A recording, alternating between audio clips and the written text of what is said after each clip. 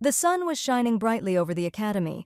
A new day had arrived, where many people had gathered. All of them were candidates who were trying to get into this place, but also, everyone was interested in how many of them would become true knights of the azure sky.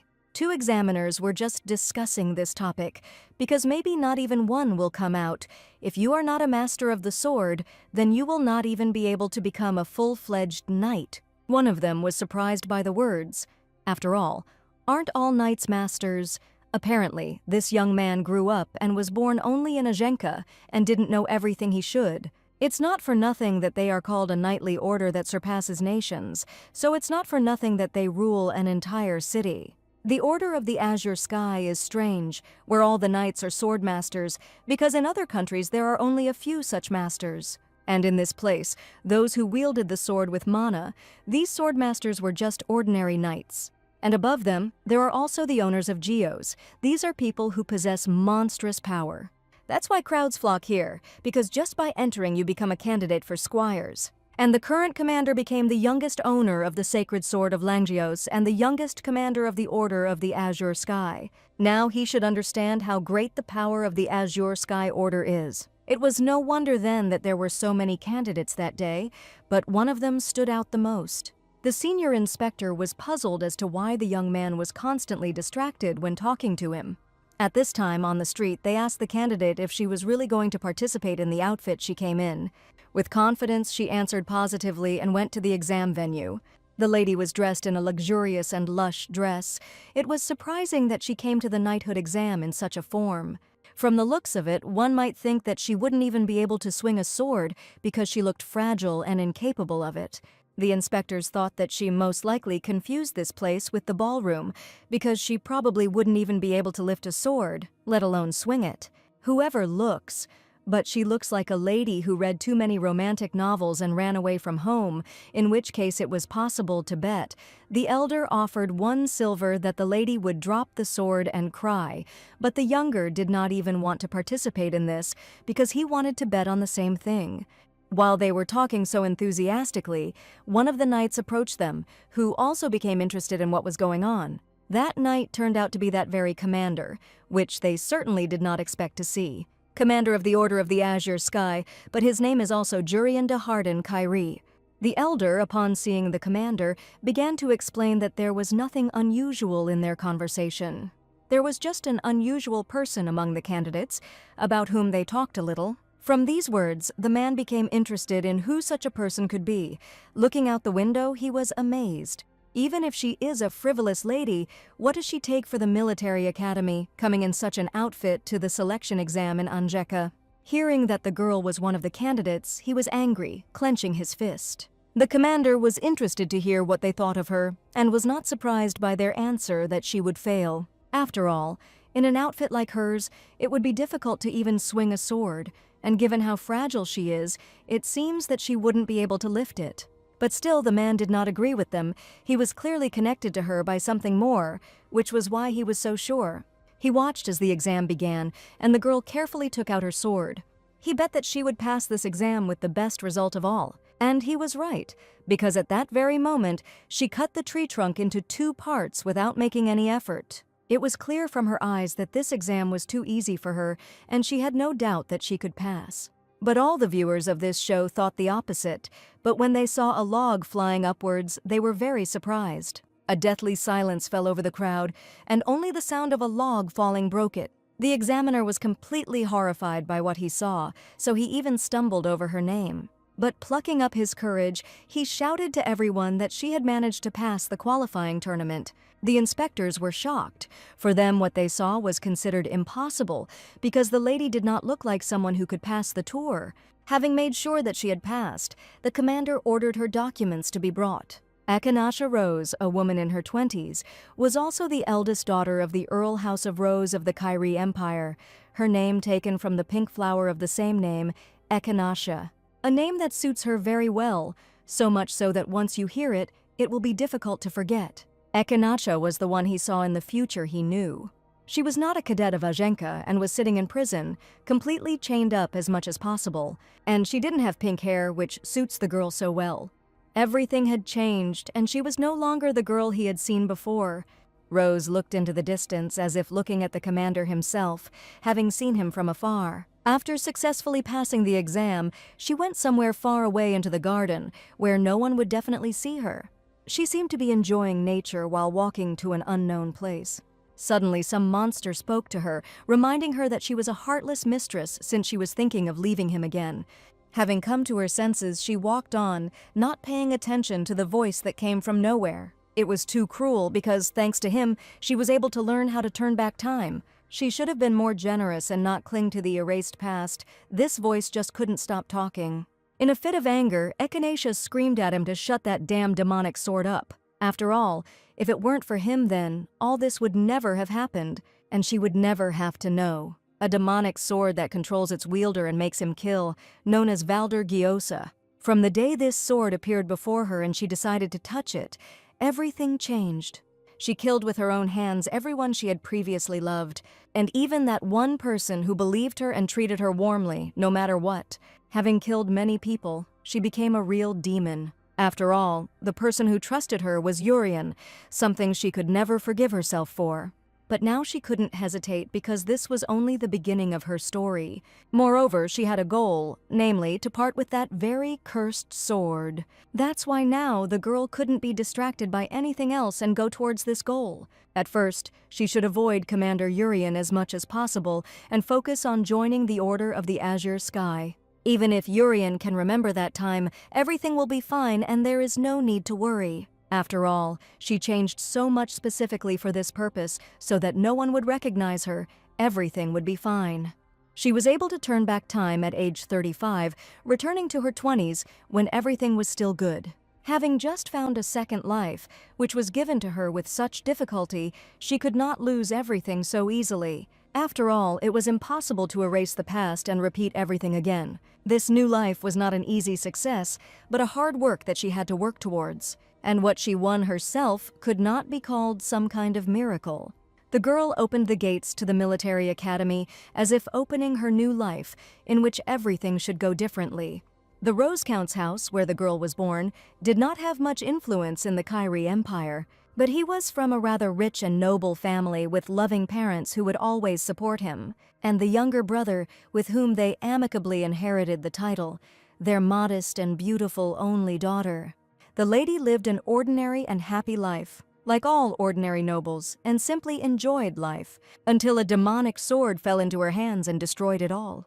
The demonic sword, Valder Giosa, created by human lust for murder, takes over the body of its owner and brings carnage and destruction. But its power was so great that eventually the body could not withstand it and collapsed, losing its bearer. Such was the fate of the demonic sword.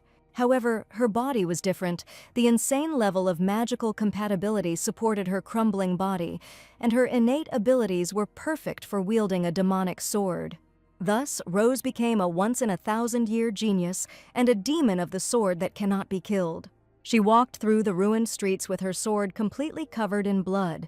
She walked and thought that it would have been better if she had never found out about this. She didn't want to find out about her talent in such a terrible way. Starting with the people dear to her, the famous mercenaries who lay in a pool of blood. Even respected swordmasters could not defeat her and died in battle.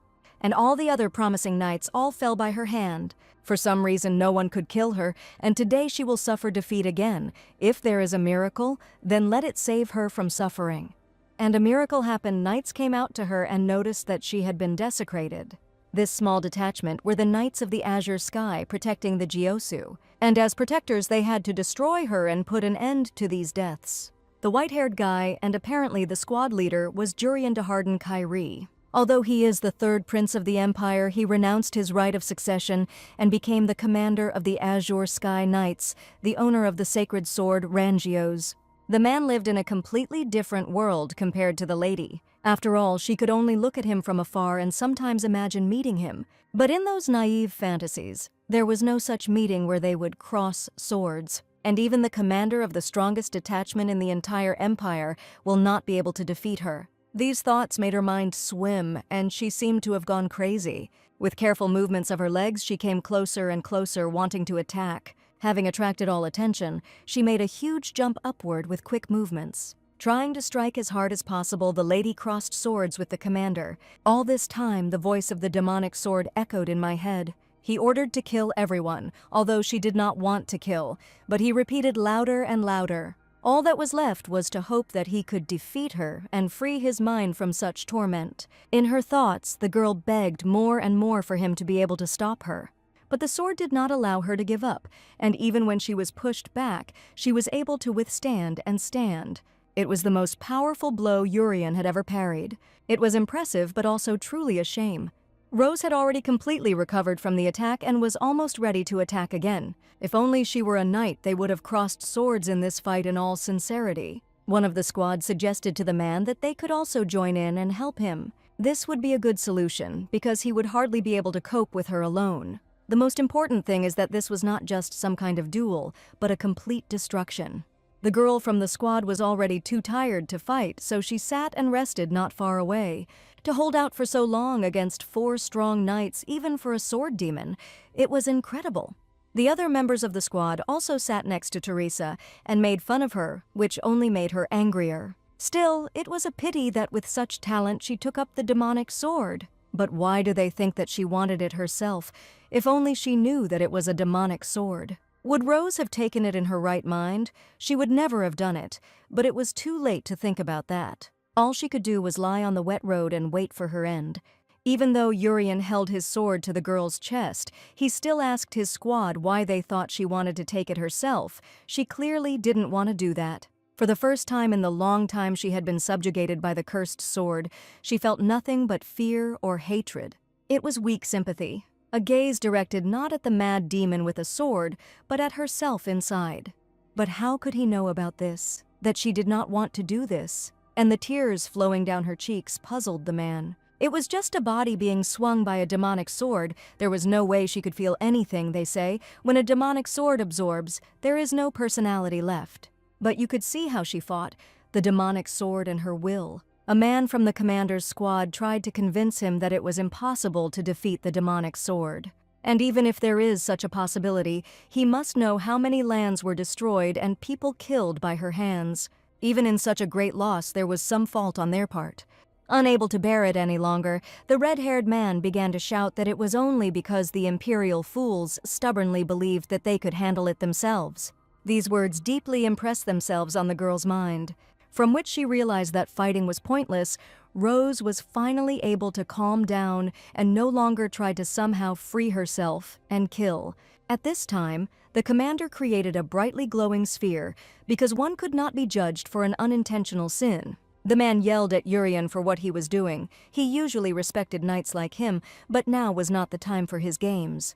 But he didn't listen and continued to do what he thought was right. He picked the girl up in his arms, deciding to give her at least one chance to improve. His words rang out clearly amidst the vague conversation. They were a ray of light, sent down like the miracle she had been waiting for so long. After this, he was imprisoned in the underground prison of the Order of the Azure Sky. The shackles that bound my body suppressed the power of the demonic sword, and every day I fought with my subconscious. She fought with the demonic sword for countless times and suffered defeats and disappointments just as many times. But even in this difficult struggle, she imagined the time after victory. When she can get her body back, she will first wash this dirty body and sleep in a soft bed. And the next day, she will tidy up her returned pink hair, and it will return to its former appearance, without all the dirt that it has managed to accumulate. Every day, the commander came to the prison and asked if anything had changed, but there were no changes.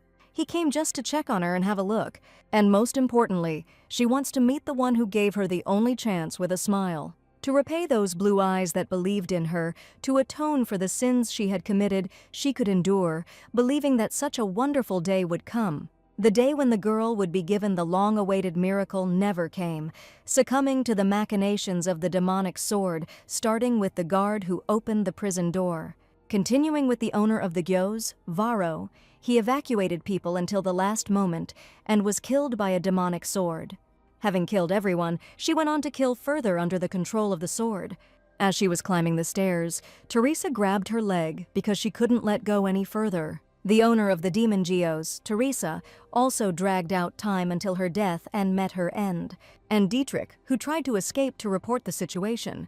He was already very far away from all the incidents, and Rose could no longer catch up with him. That's what he mistakenly thought until the girl looked at him with her icy gaze and was right in front of him. It seemed impossible because how could she catch up with him on horseback on her own 2 feet? He was unable to escape the demonic sword's pursuit and also fell at her hands. And finally, everyone in the Order of the Azure Sky was killed. Blood was smeared everywhere and the room looked like some kind of horror movie. Returning from the mission, Urian met with the demonic sword in the destroyed Ajenka Square. The girl waited a long time for his return, so she was ready to meet him. The man was horrified by what he saw because he had been gone for a short time.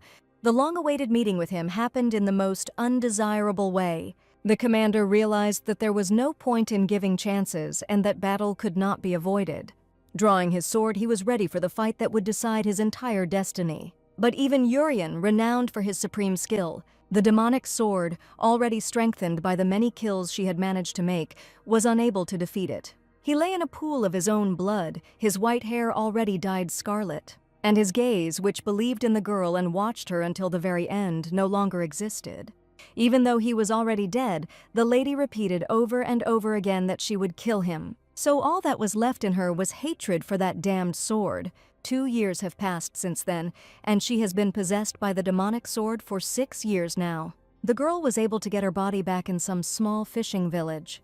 Skin with no more black spots, hair that had returned to its original color, and a body that could once again move at her will. All this made her happy, but what should she do now after what had happened? In a fit of rage, she slammed the bloody sword onto the ground. It was too late. She screamed as if that damn sword could hear her. What can she do now? Because thanks to him, everything was destroyed and everyone was killed. Now she was left completely alone, in the most literal sense. Realizing the situation she was now in, Rose fell onto the road, unable to let off all the steam. The girl could not return anywhere else because there was nowhere else to go. It was then that she heard the voice of the demonic sword speak to her. The girl didn't expect anyone to talk to her because she seemed to have destroyed everyone and everything.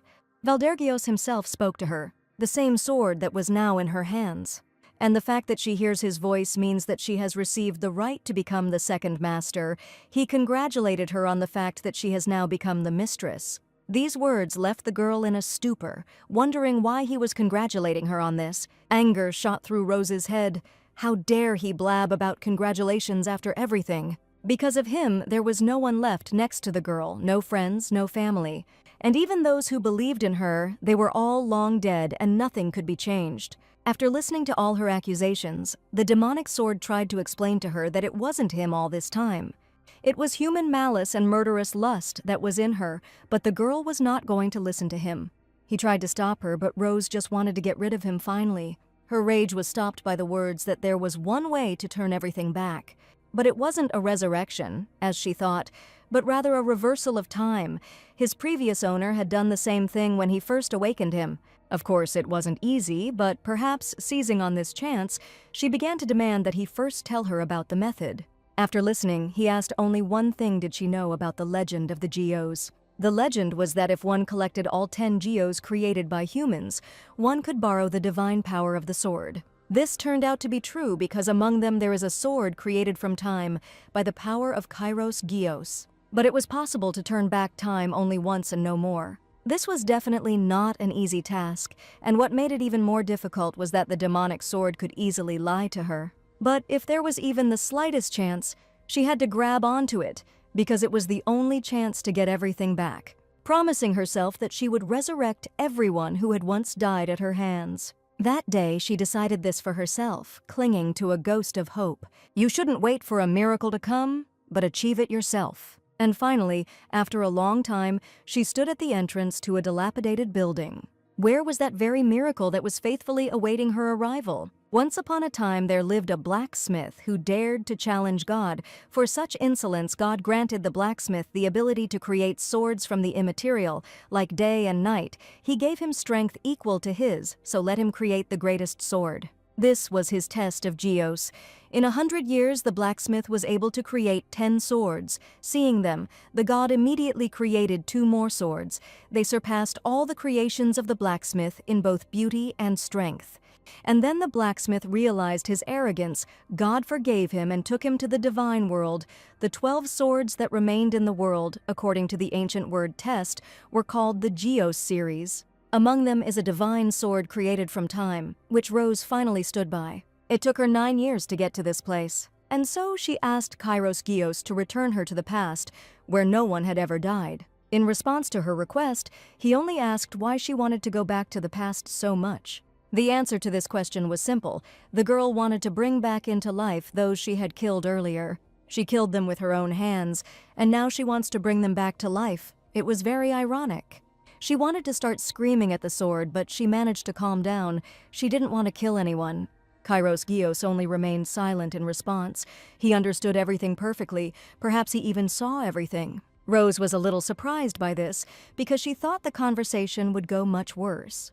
But that wasn't the end. The sword's words about what would happen next after this were etched into her head. What will she do in a world where everyone is alive and no one died in such a terrible disaster? These words made me think the girl just wanted to fix what she destroyed with her own hands. And I didn't even think about what would happen next, when everything returned to life. She especially thought about Commander Yuri, who sincerely believed in her. After thinking it over as quickly as possible, she answered that she just wanted to live a normal life. After all, now she couldn't even sleep peacefully, and couldn't remember the last time she smiled. She simply exists, like an empty shell, simply wandering around a ruined world. But if she can come back and change everything, if she can become the same. Now, Rose was completely sure that she, too, wanted to be happy. With such a sharp response from the sword, she stepped back out of habit, thinking that her answer did not satisfy him. But there was no need to worry. He agreed to lend her his strength, calling her worthy of it. But she will not have a second such miracle. A huge flow of mana began to emerge from the sword.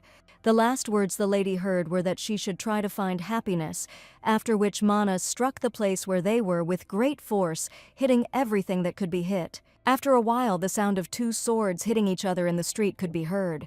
The weather was beautiful and sunny, there were no more destroyed buildings, and everything was blooming again. At that moment, the girl woke up, and everything that happened before seemed like a bad dream. The sounds coming from the street, the ceiling so familiar and dear. For a few more seconds, she tried to comprehend what had just happened. She had her pink and long hair again, and having understood everything, the lady quickly went out into the street. Not thinking of anything better, she jumped from the balcony in order to get to the place she needed as quickly as possible. As she ran down the street, Rose began to realize that her arms and legs were obeying her again. Her body was no longer controlled by anyone, and she could decide for herself how to move. But she still had to check whether everything was back as it was, so she ran as fast as she could, running past the maids, who were shocked by the girl's speed. The maid tried to stop her because the master was currently training and it was dangerous. But she didn't listen to her, and seeing her brother, immediately threw herself into his arms. It was March 17th, 1629. Divine Era.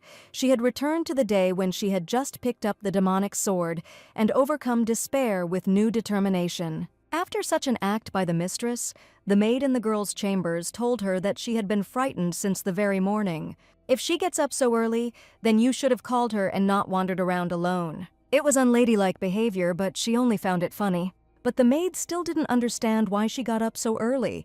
Maybe she felt unwell or something else. After all, she herself said that she couldn't fall asleep at dawn. Rose was frightened by such words because she did not remember calling Nora at dawn.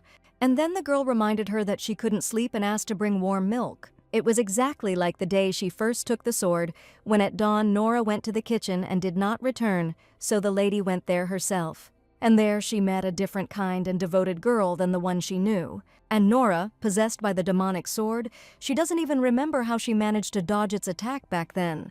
But when she came to, in front of her lay the sword that had fallen from Nora's hands. And then she was forced to take it.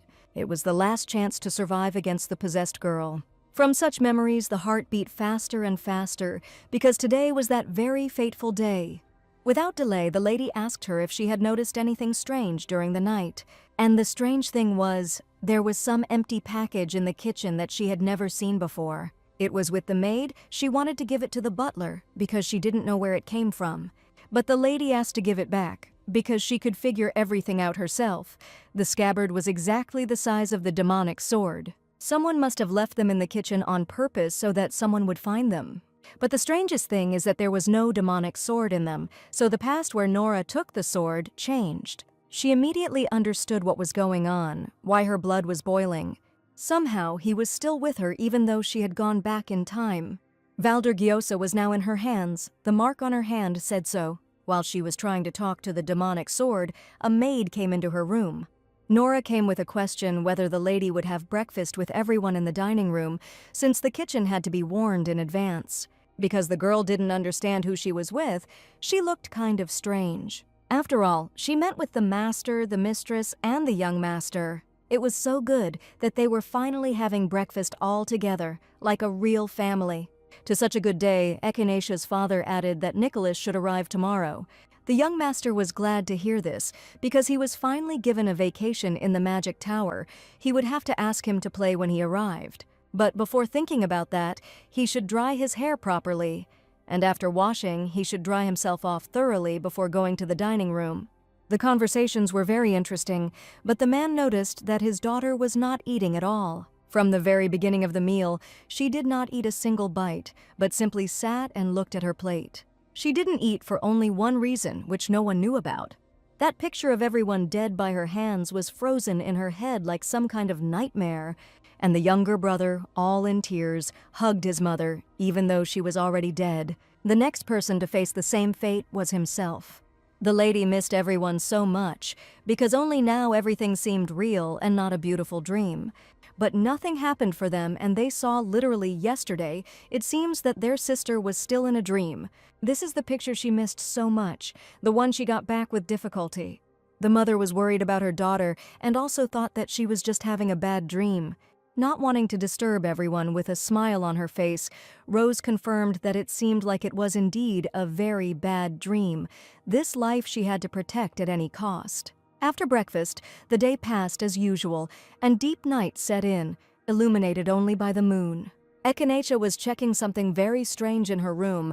Mana beams were coming from it. Although the accumulated mana was still low, it was better than nothing. And her mana core had already formed properly, which was a great relief. Mana core, something that only knights of the Swordmaster rank can create, a storage of mana within the body. In her past life, having a mana core was something natural, and so the girl overlooked the fact that this body didn't have one. Besides, she was overexerted in such a state. It is not surprising that after this the lady quickly got tired. Once the mana core was formed, she could summon Valder. Just by saying his name, a demonic sword immediately appeared in front of her face. As it happened, the girl quickly grabbed the handle. At the same time, she was reciting some kind of spell, as if she wanted to hit him or wake him up. But Rose struck the demon sword and the blow was not weak. She should have woken him up more gently because he was in pain too, but before that, he should have explained why he was still attached to the lady. This was because even when time turned back, her soul remained the same. He was a Gyosa, marked by her soul, and therefore the memories remained with her because she was the mistress of the Gyosa. According to him, if the girl could get rid of him, she would lose all her memories. But what about the other Gyos? There were 10 more of them with her.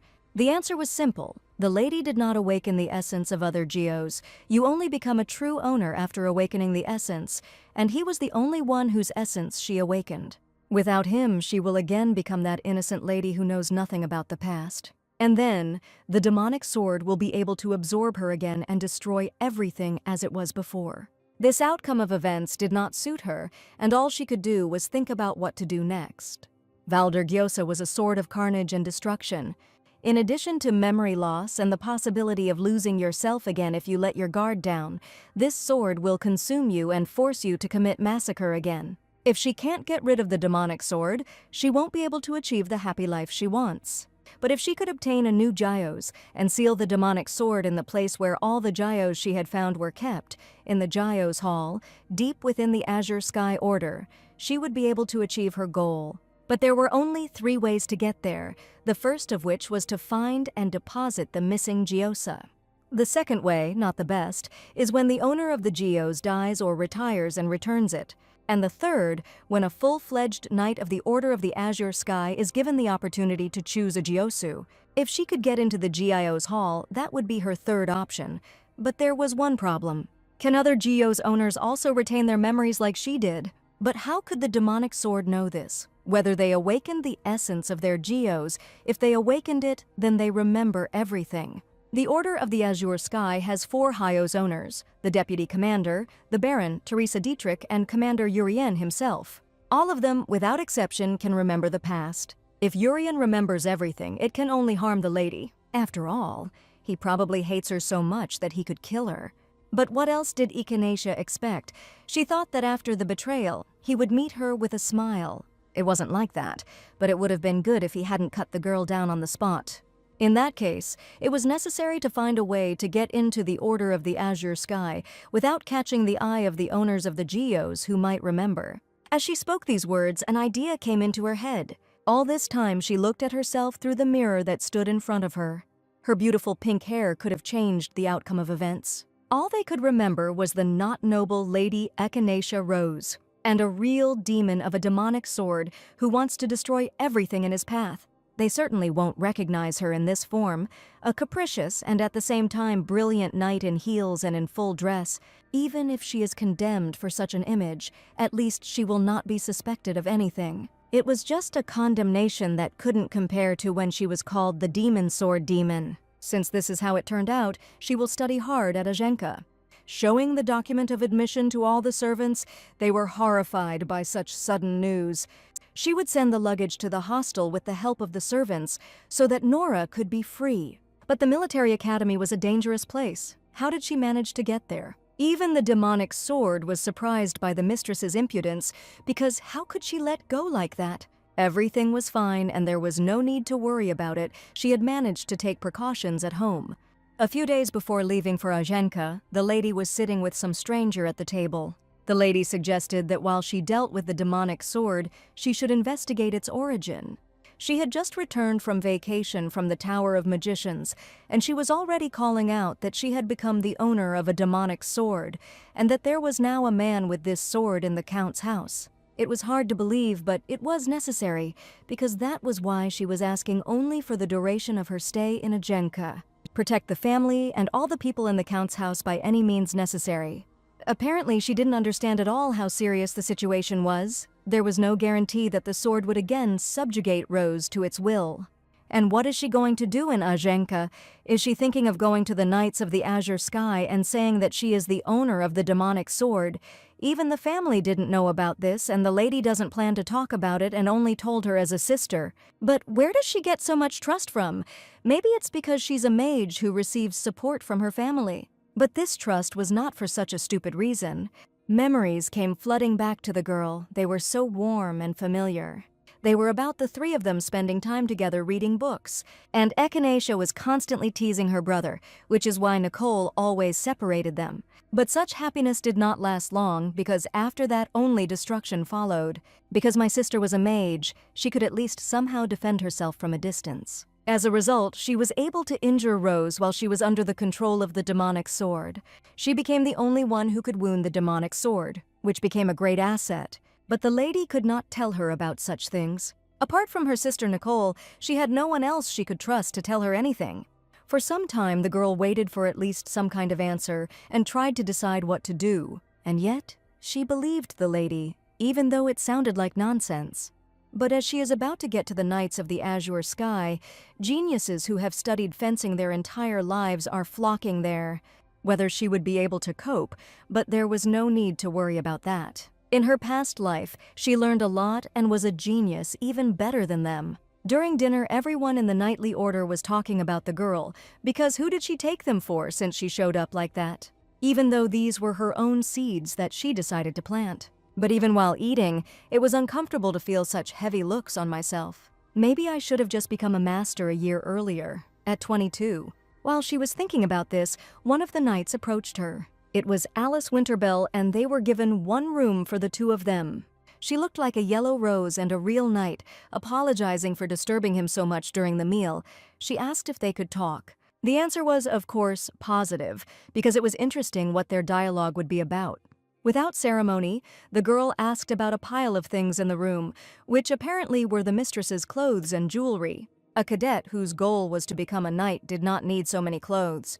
Rose also understood that there were indeed too many things, but in keeping with her image, she needed this much. She had no intention of wearing such a shabby and tasteless cadet uniform. And most importantly, the charter does not prohibit wearing dresses. Of course, there were none. It was not knightly. But then, in her opinion, it was chivalrous.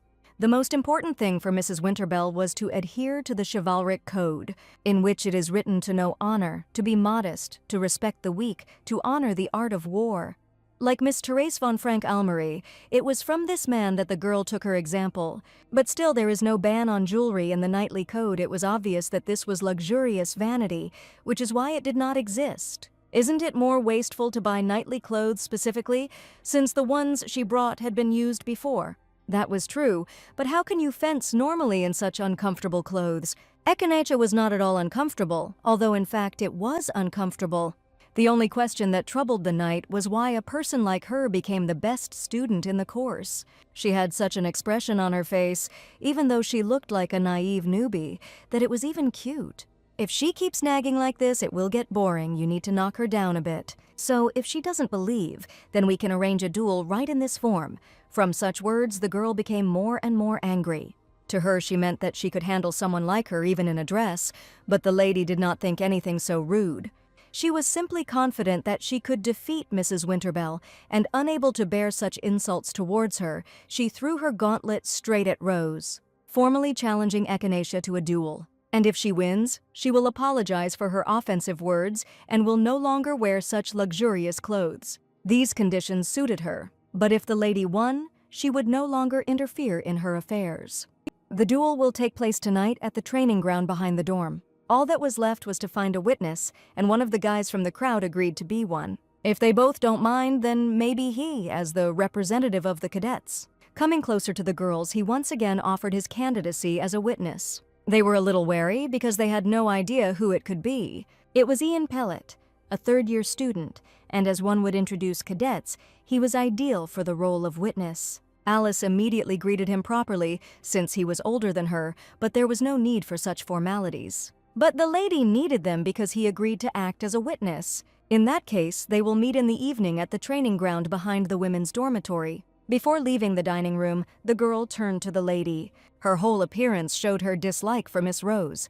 She only agreed to the duel, thinking that it was better to sort it out right away and not drag it out. One could only hope that this would not create any unnecessary problems and confusion. At the same time, the demonic sword spoke to her. He did not understand why she was not going to kill in a duel. He had not seen blood for a long time and was thirsty for murder.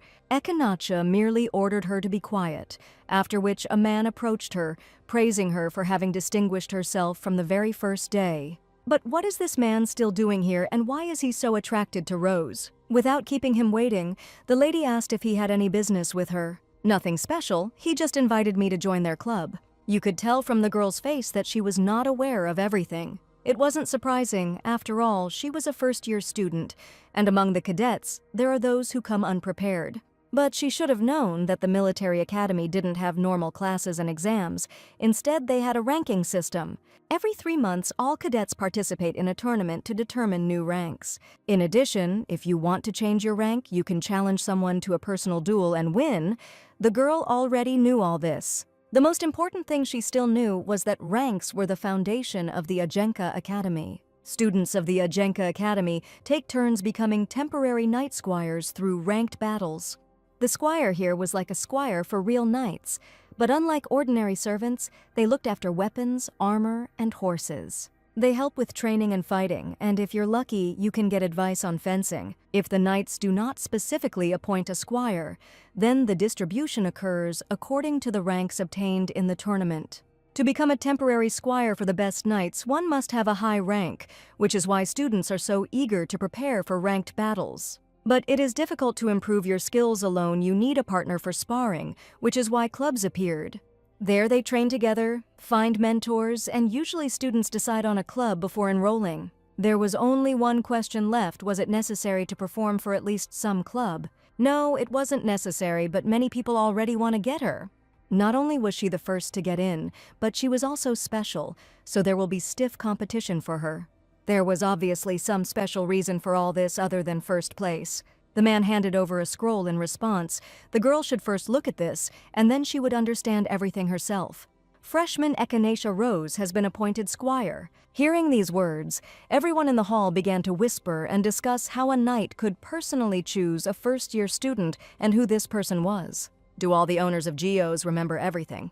No, if that were the case, they would have tried to kill or arrest her long ago. But then who? Only one person came to mind, and that was Commander Urian. The girl had no plans to get close to real knights, but the thought of it frightened her more than anything else. But who else could it be besides the owners of the geos? She could not have interested anyone so much. Seeing the lady's confusion, the man answered her. It was, after all, Lord Urian de Harden Kyrie. The probationary period for her was 1 month and then a permanent appointment. During the probationary period, he would conduct preliminary training. Tomorrow at 9 o'clock in the morning, she will have to come to the 4th training ground to the east of the main building. Since there were no more questions, he could leave with peace of mind. After saying goodbye to her, he also reminded her that they were supposed to meet in the evening at the 7th training ground. Rose heard nothing more and thought only that Urian had chosen her as his squire. Maybe it was because she had entered first, or she had overdone it on the 2nd exam, or maybe the man remembered everything. Then she didn't understand even more why the lady had betrayed his trust and ruined everything.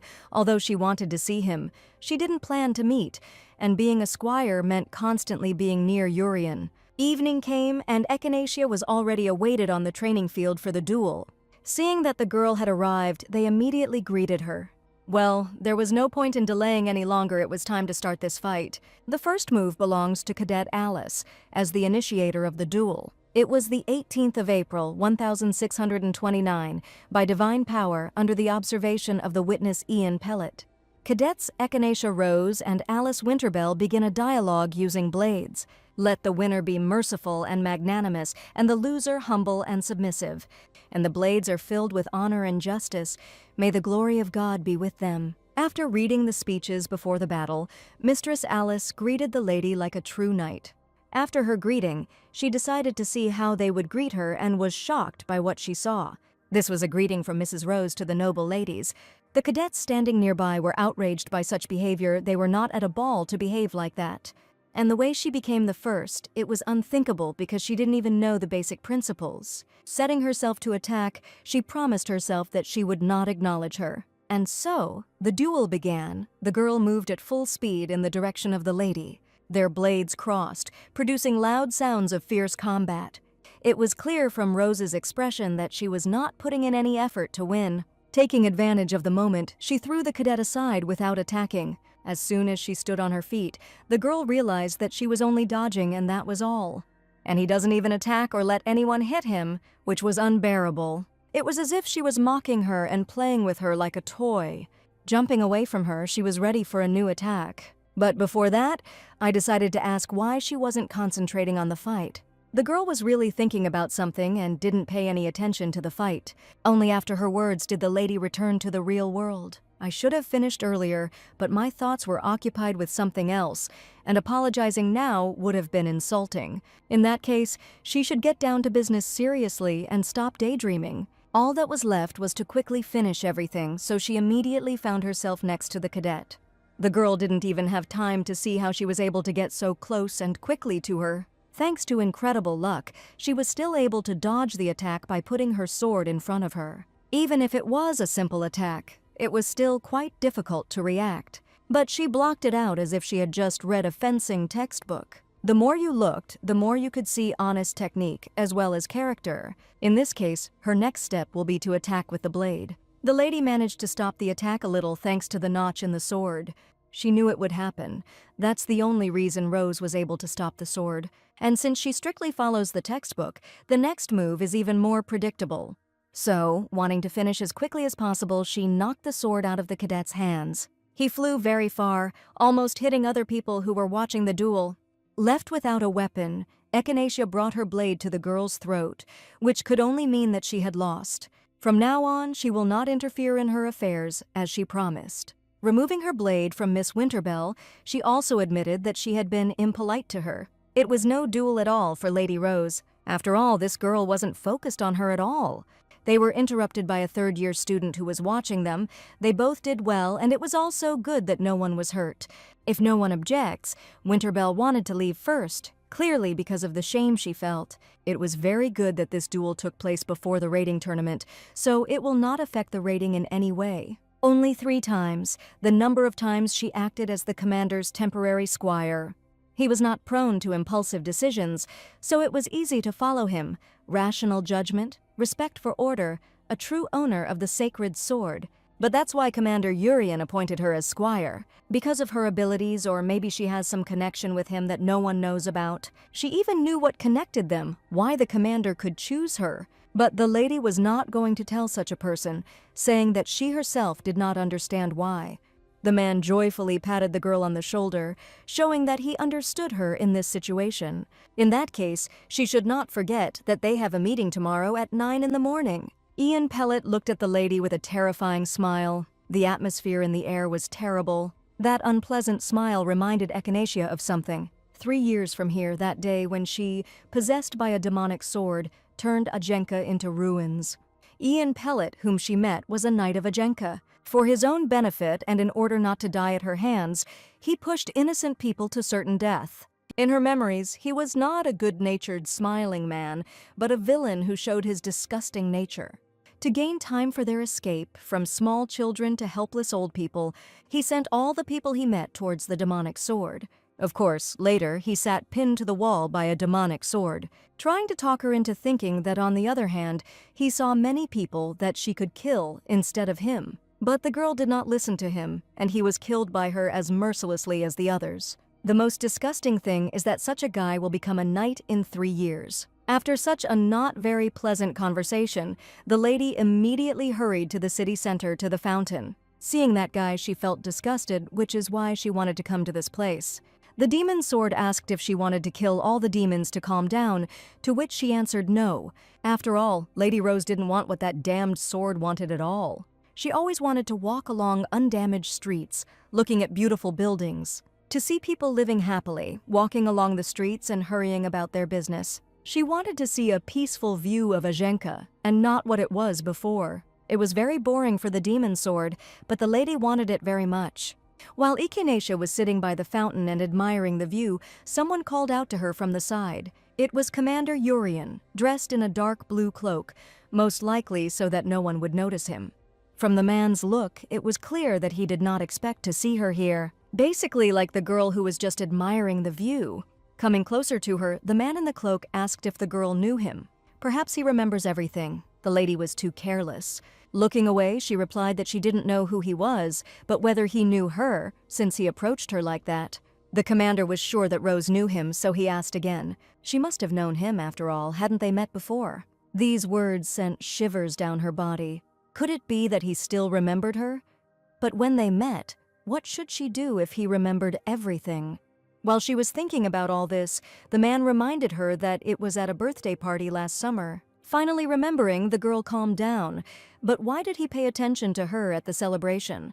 Although he didn't know who she was, he remembered what he saw then. Didn't the girl notice him? They didn't even meet eyes that day, let alone talk, as he remembered her. Having turned on the naive girl, she immediately apologized to the commander for not recognizing him right away. There was no need to address him as commander. It was better to let him call me by name. Realizing that the lady probably didn't remember his name either, he introduced himself as Urian. But Echinacea was only a cadet. She couldn't address him like that. In that case, why did someone like her enter the military academy? He probably asked about it because of her appearance, which was not surprising. The girl wants to become a knight, but this answer was followed by another question, why? Without even knowing what to say to that, she decided to say that she simply loved swords. If she loved swords, her hands should say so, so he carefully took one of her hands. Looking at her right hand from different sides, it looked like a fairy tale. Her hands didn't look like the hands of someone who truly enjoyed wielding a sword. Looking at her so tenderly, he decided to ask her again, Why does she want to become a knight? After these words, everything seemed to change. The atmosphere was stifling, as was the commander's gaze. He could recognize her lie. The girl knew that her right hand would give everything away. She needed to come up with something urgently. She could come up with any reason, but she didn't want to lie to him. This may sound very strange, but Lady Rose just wanted to be happy, like everyone else. Looking into those trusting blue eyes, she couldn't lie about at least that reason. That's why I spoke as sincerely as I could. But there were still questions about why the man had come to this place, but a counter-question followed. What was she doing here on her first day of school? She couldn't just say she wanted to check the fountain, which complicated everything. Having answered that she was just walking and somehow wandered into that place, the commander had exactly the same answer. He smiled as sincerely as he could, but did he always smile so much? Unfortunately, the girl did not notice this, most likely. He simply went out for a walk. But isn't it a very strange coincidence that on the day when he appointed a murderer as his squire, he should come to the scene of his own murder? Could it be that he really didn't remember anything? But if he knew, the lady needed to know what his purpose was. She had to know this. Otherwise, she would be haunted to the end by the question of why he chose Rose as his squire.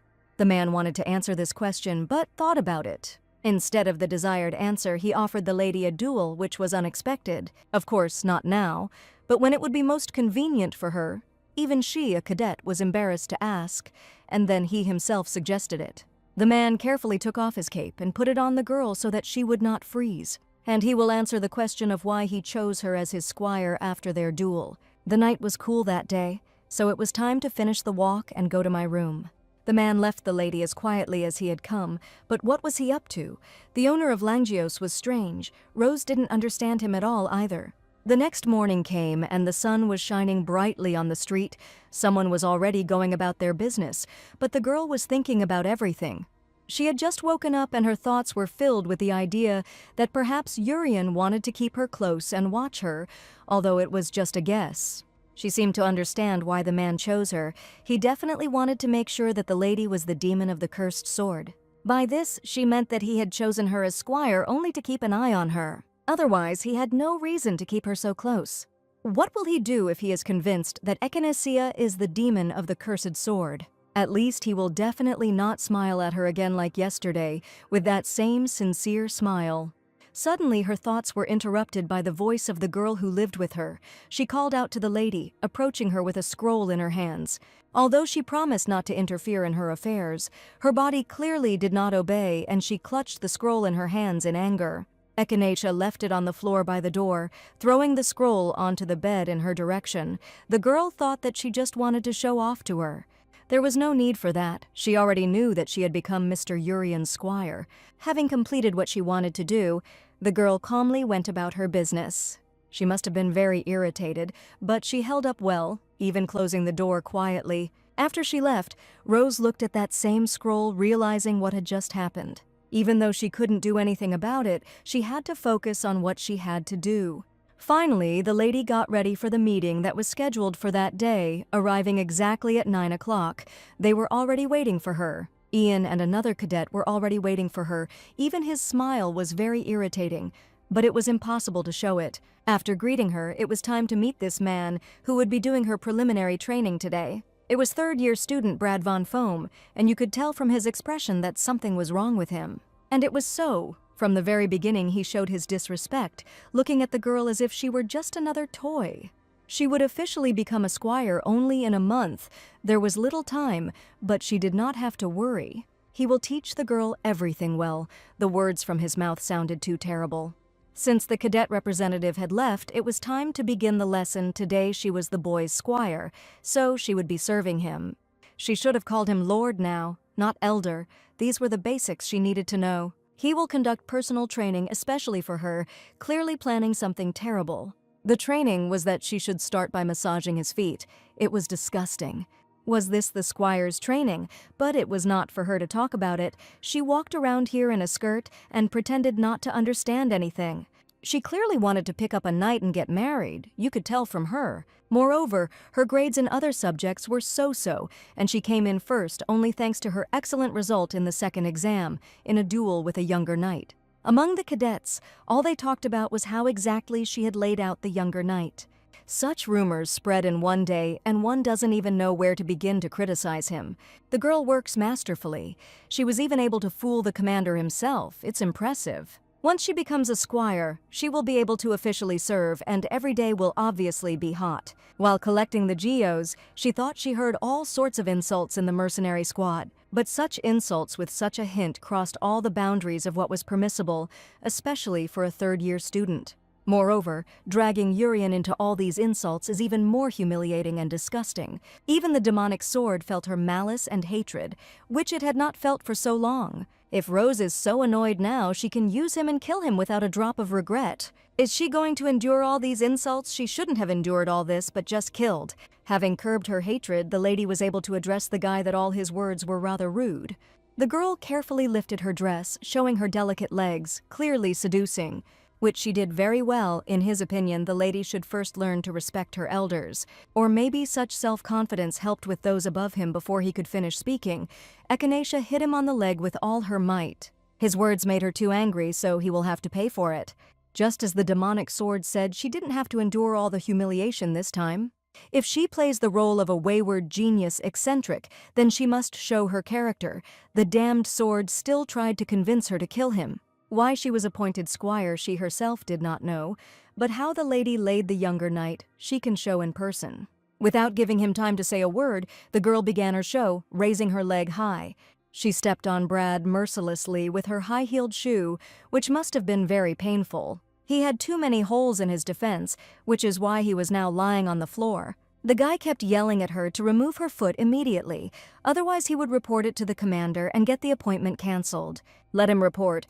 Only then will I have to tell their entire conversation from the very beginning. For example, about night service. After these words, the girl hit the guy again, but this time with her sword in a case.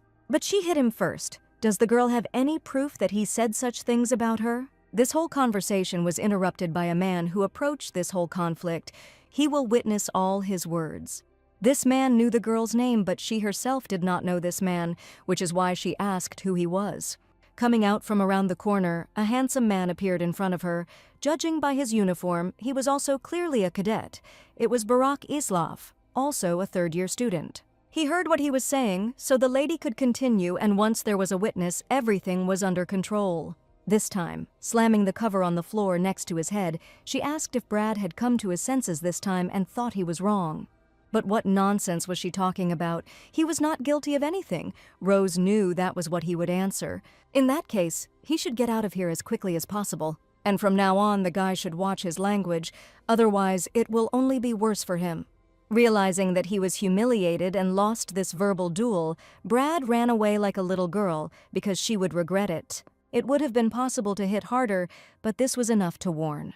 But if next time all this happens again, then Rose will punish him more seriously. If he constantly lies on the floor, then at least he will close his mouth from the pain. As far as the man understood, the girl had undergone preliminary training as a squire, but why was she listening to such things from this moron? He was famous. Brad was one of those idiots who thought the military academy was their mansion. And besides, he had never been appointed, so who would have introduced him anyway?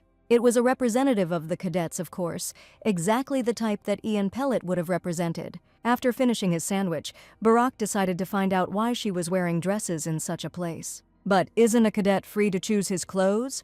Of course, he didn't criticize for it, he was just curious. In response, he received only one thing. It was her personal preferences, because the lady loves to dress up.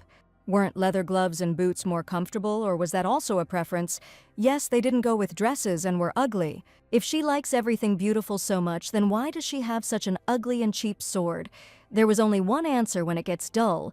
Throw it away and buy a new one. The more the man watched her, the more interesting it became. After laughing, he decided to take over her preliminary training. It was fine, so let him take care of her today, even though he was a little weird. At least he was better than that idiot. There was no reason to refuse, but the man decided to keep an eye on her not only today. He clapped his hands and apologized, offering to introduce himself again in a more relaxed atmosphere. He was the squire of the Master of Salak Gisoa, the deputy commander of the Order of the Azure Sky, Baron Tilius, a third-year student of Barak Islov. The man will look after her until she becomes a full-fledged knight. So he asks the younger squire to treat him well. It was a disaster.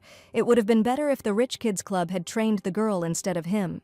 The elder was the squire of the owner of the geos, whom she killed with her own hands. Everything was fine. He wasn't obliged to watch her, much less teach her, but he did it only for himself. His lord was the second in command of the knights, and she was his squire, albeit temporarily, but she was. But when the girl becomes a full-fledged squire, they will often have to work together, so it would be better to train her in advance. Rose was so carried away by Urian that she didn't think about it at all, in which case she would have to meet more often with other sword owners. The man led her along because he had something very important and useful for her. As they walked, Echinacea decided to herself that she would have to dress even more luxuriously than before, so that no one would recognize her. They walked together very slowly, and the lady's thoughts filled her thoughts more and more. The more she thought about it, the stranger it seemed. Barak Islaf, with such a striking appearance and being the Baron's squire, he was bound to be remembered. But she didn't remember killing him in Ajenka before she could reach the right place. The sky darkened, and huge dark clouds gathered around the academy. It was definitely going to rain soon, which wasn't very good and clearly didn't fit into their plans. After asking to wait a little while, he went to the hostel to get the necessary things. The man quickly left. At that moment, the girl remembered that it was when she was pursued by the sword owners and locked in an underground prison.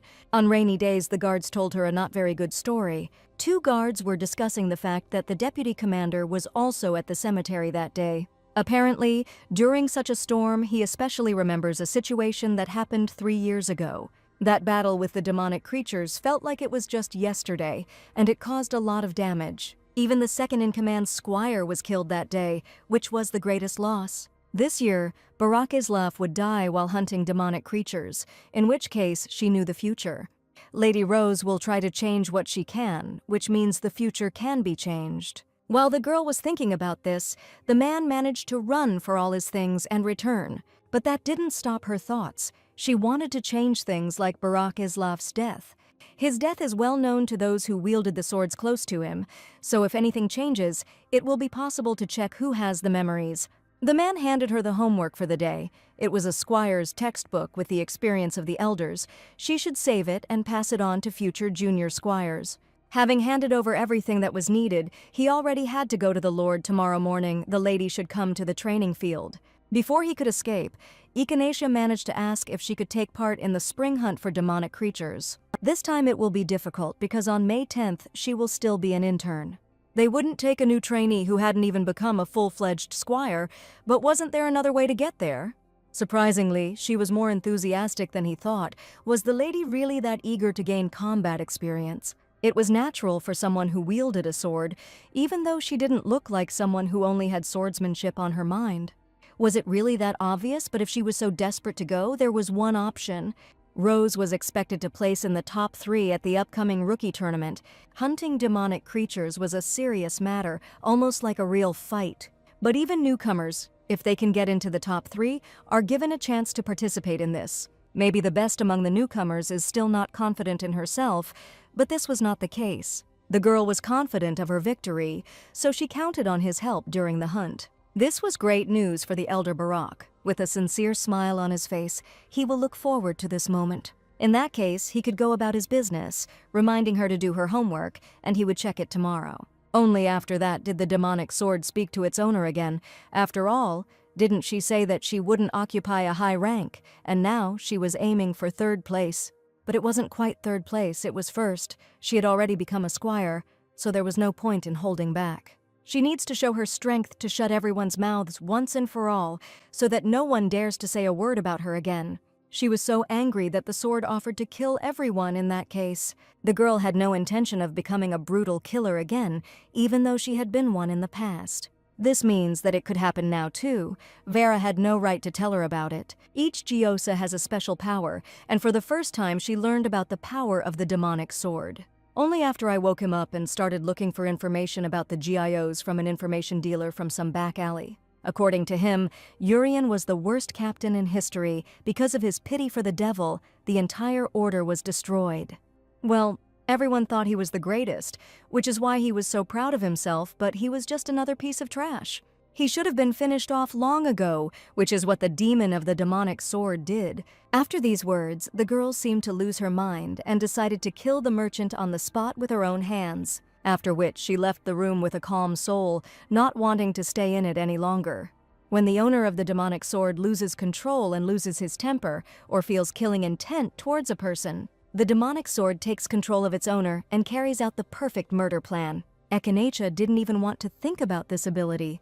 It was so terrible. Although she understood perfectly well that the thirst for murder, which she had not released all these years, continued to accumulate because she had not killed anyone for many years. She needed to find someone worthy of death before it was too late, and she went mad. The cursed sword advised her to do so with all his heart, but the girl only began to scream at him to shut up. She had decided for herself a long time ago that she would never kill again. At that moment, Mrs. Winterbell stood at the window and watched as it poured down instead of rain. Echinacea Rose swore to herself that she would never fall under his influence again. Having finished all her business and thought over everything that needed to be thought through, the girl finally returned to her room. As soon as she entered the room, her neighbor informed her that she had received a telegram. Apparently, she had just come out of the bathroom, also saying that she had put them on her desk. The lady wanted to thank Miss Winterbell, but she only turned and left. Cold as usual, approaching the table, she made sure that she was from home, as expected, and another surprised her. When she opened the letter, it said that she was being followed. Nicole was not sure, but she saw the tracks of a white lion. The silver lion was the coat of arms of the Imperial House of the Kyrie Empire. This means that the Kyrie Imperial family is somehow connected to the demonic sword that was in Roaz. After this, several days passed, and in the morning in the stables, Barak discussed how she became the commander's squire thanks to her beauty, but if they had known the commander at least a little, they would not have talked such nonsense. These stupid rumors would quickly die down. She should not pay attention to them, and it would be even better for her to concentrate on the main duty of a squire, namely, taking care of horses. Also, Sylphide, that was the name of the commander's horse, likes to be cleaned more thoroughly. The squire mainly takes care of the lord's horse, so it's best to practice on it right away. Among them was Sylphide, the commander's favorite, quite calm and easy to look after. The elder had previously been the commander's temporary squire, and therefore also looked after this horse. But now was not the time for that, because the lady's clothes were dirty, but for her it was just a trifle. The more a man looks at her, the more he understands that her appearance and character are completely different. He dresses as if he wouldn't set foot in a stable, but in reality he doesn't care at all if his clothes get dirty. She seemed to really enjoy dressing up like that, which was quite funny. Well, of course, because both are still Echinacea Rose, it looks like a teddy bear, and quite perceptive, it is quite inconvenient. While she was combing the horse, she asked the elder Barak how to comb its mane. Coming closer to her, he explained that she first needed to comb out the tangled areas with her fingers, and then comb it, otherwise it will tear, showing from behind how it should be done correctly. Even this attitude towards the lady did not surprise her, which was somehow unusual for a man. She looks like a delicate flower, and even if a sea of blood spills before her eyes, she won't even blink. The more he looked at her, the more he became interested in who this girl was. Having figured out how to comb properly, Rose asked if she could try it herself now. While she was trying to comb her mane herself, at that moment a man entered the stable. It was Commander Urian with news for Barak that the Baron was looking for him. Having greeted the commander, he left the stall asking if he had come for Sylphide, which was true. After asking how the training went, the man said that they were only cleaning her, so they could stop, telling the girl that they were done for the day and he would put the saddle on himself. Without giving him anything else to do, Urian again reminded him that he had said to go to the Baron. His look was serious and said that he really should leave here. Not understanding what was happening, Barak immediately tried to leave the room as quickly as possible. Noticing before leaving that Lady Rose had previously behaved as if she was not afraid of anything, and when the commander arrived, he felt how tense she was. Perhaps the man scared her, which wouldn't even be surprising for a newbie. While he was putting the saddle on his horse, the girl tried to quickly put away all the things and finish the preparations. As she was doing this, Urian spoke to her about how if his challenge to a duel seemed burdensome to her, then it would be better for her to forget it. But it was not so at all. It was not a burden for her. It was simply too great an honor for a lady. She also didn't forget to thank him for the cloak that he lent her in the evening, promising to return it soon. Noticing the obvious tension, he handed her a horse comb. She clearly felt uncomfortable agreeing to his proposal like this. It can't help but be uncomfortable in such a situation. But there was one more question. Does he remember her and hate her? Maybe the man is testing her now. All sorts of guesses filled her head.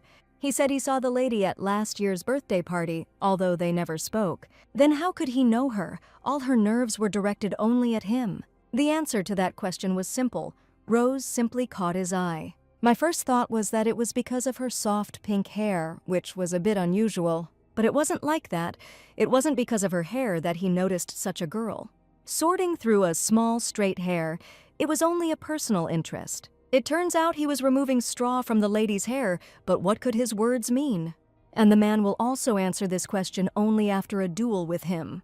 But he himself said that if she was uncomfortable accepting the offer, then she could forget about it. If she doesn't want to, then he won't force her to accept the proposal against her will. It would just mean that Urian actually wants to spar with her. Having finished the conversation, the man took his horse, leaving the stables to do his business. The demonic sword assumed that this guy really did remember everything, but the girl was only angered by such an appeal to him. The sword asked to be allowed to meet Langios, then he could find out everything, and it was best to ask directly. He should shut up, otherwise his head would split.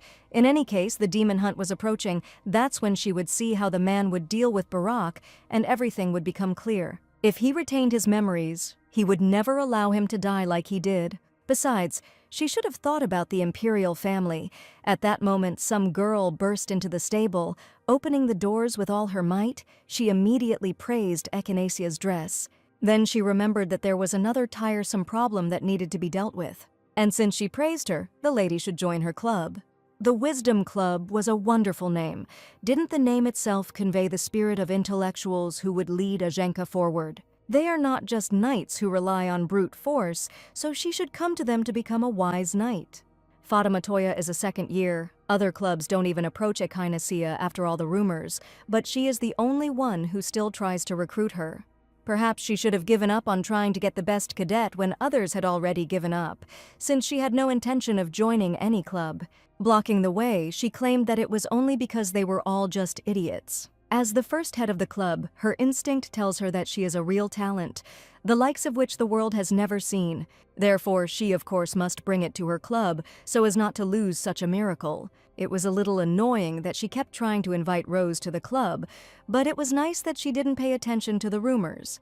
Maybe she just liked the way she looked, but she was the sophomore's #1 recruiting target. The question then arose as to who else was on the list. Now they were looking at only 3 candidates, including the lady.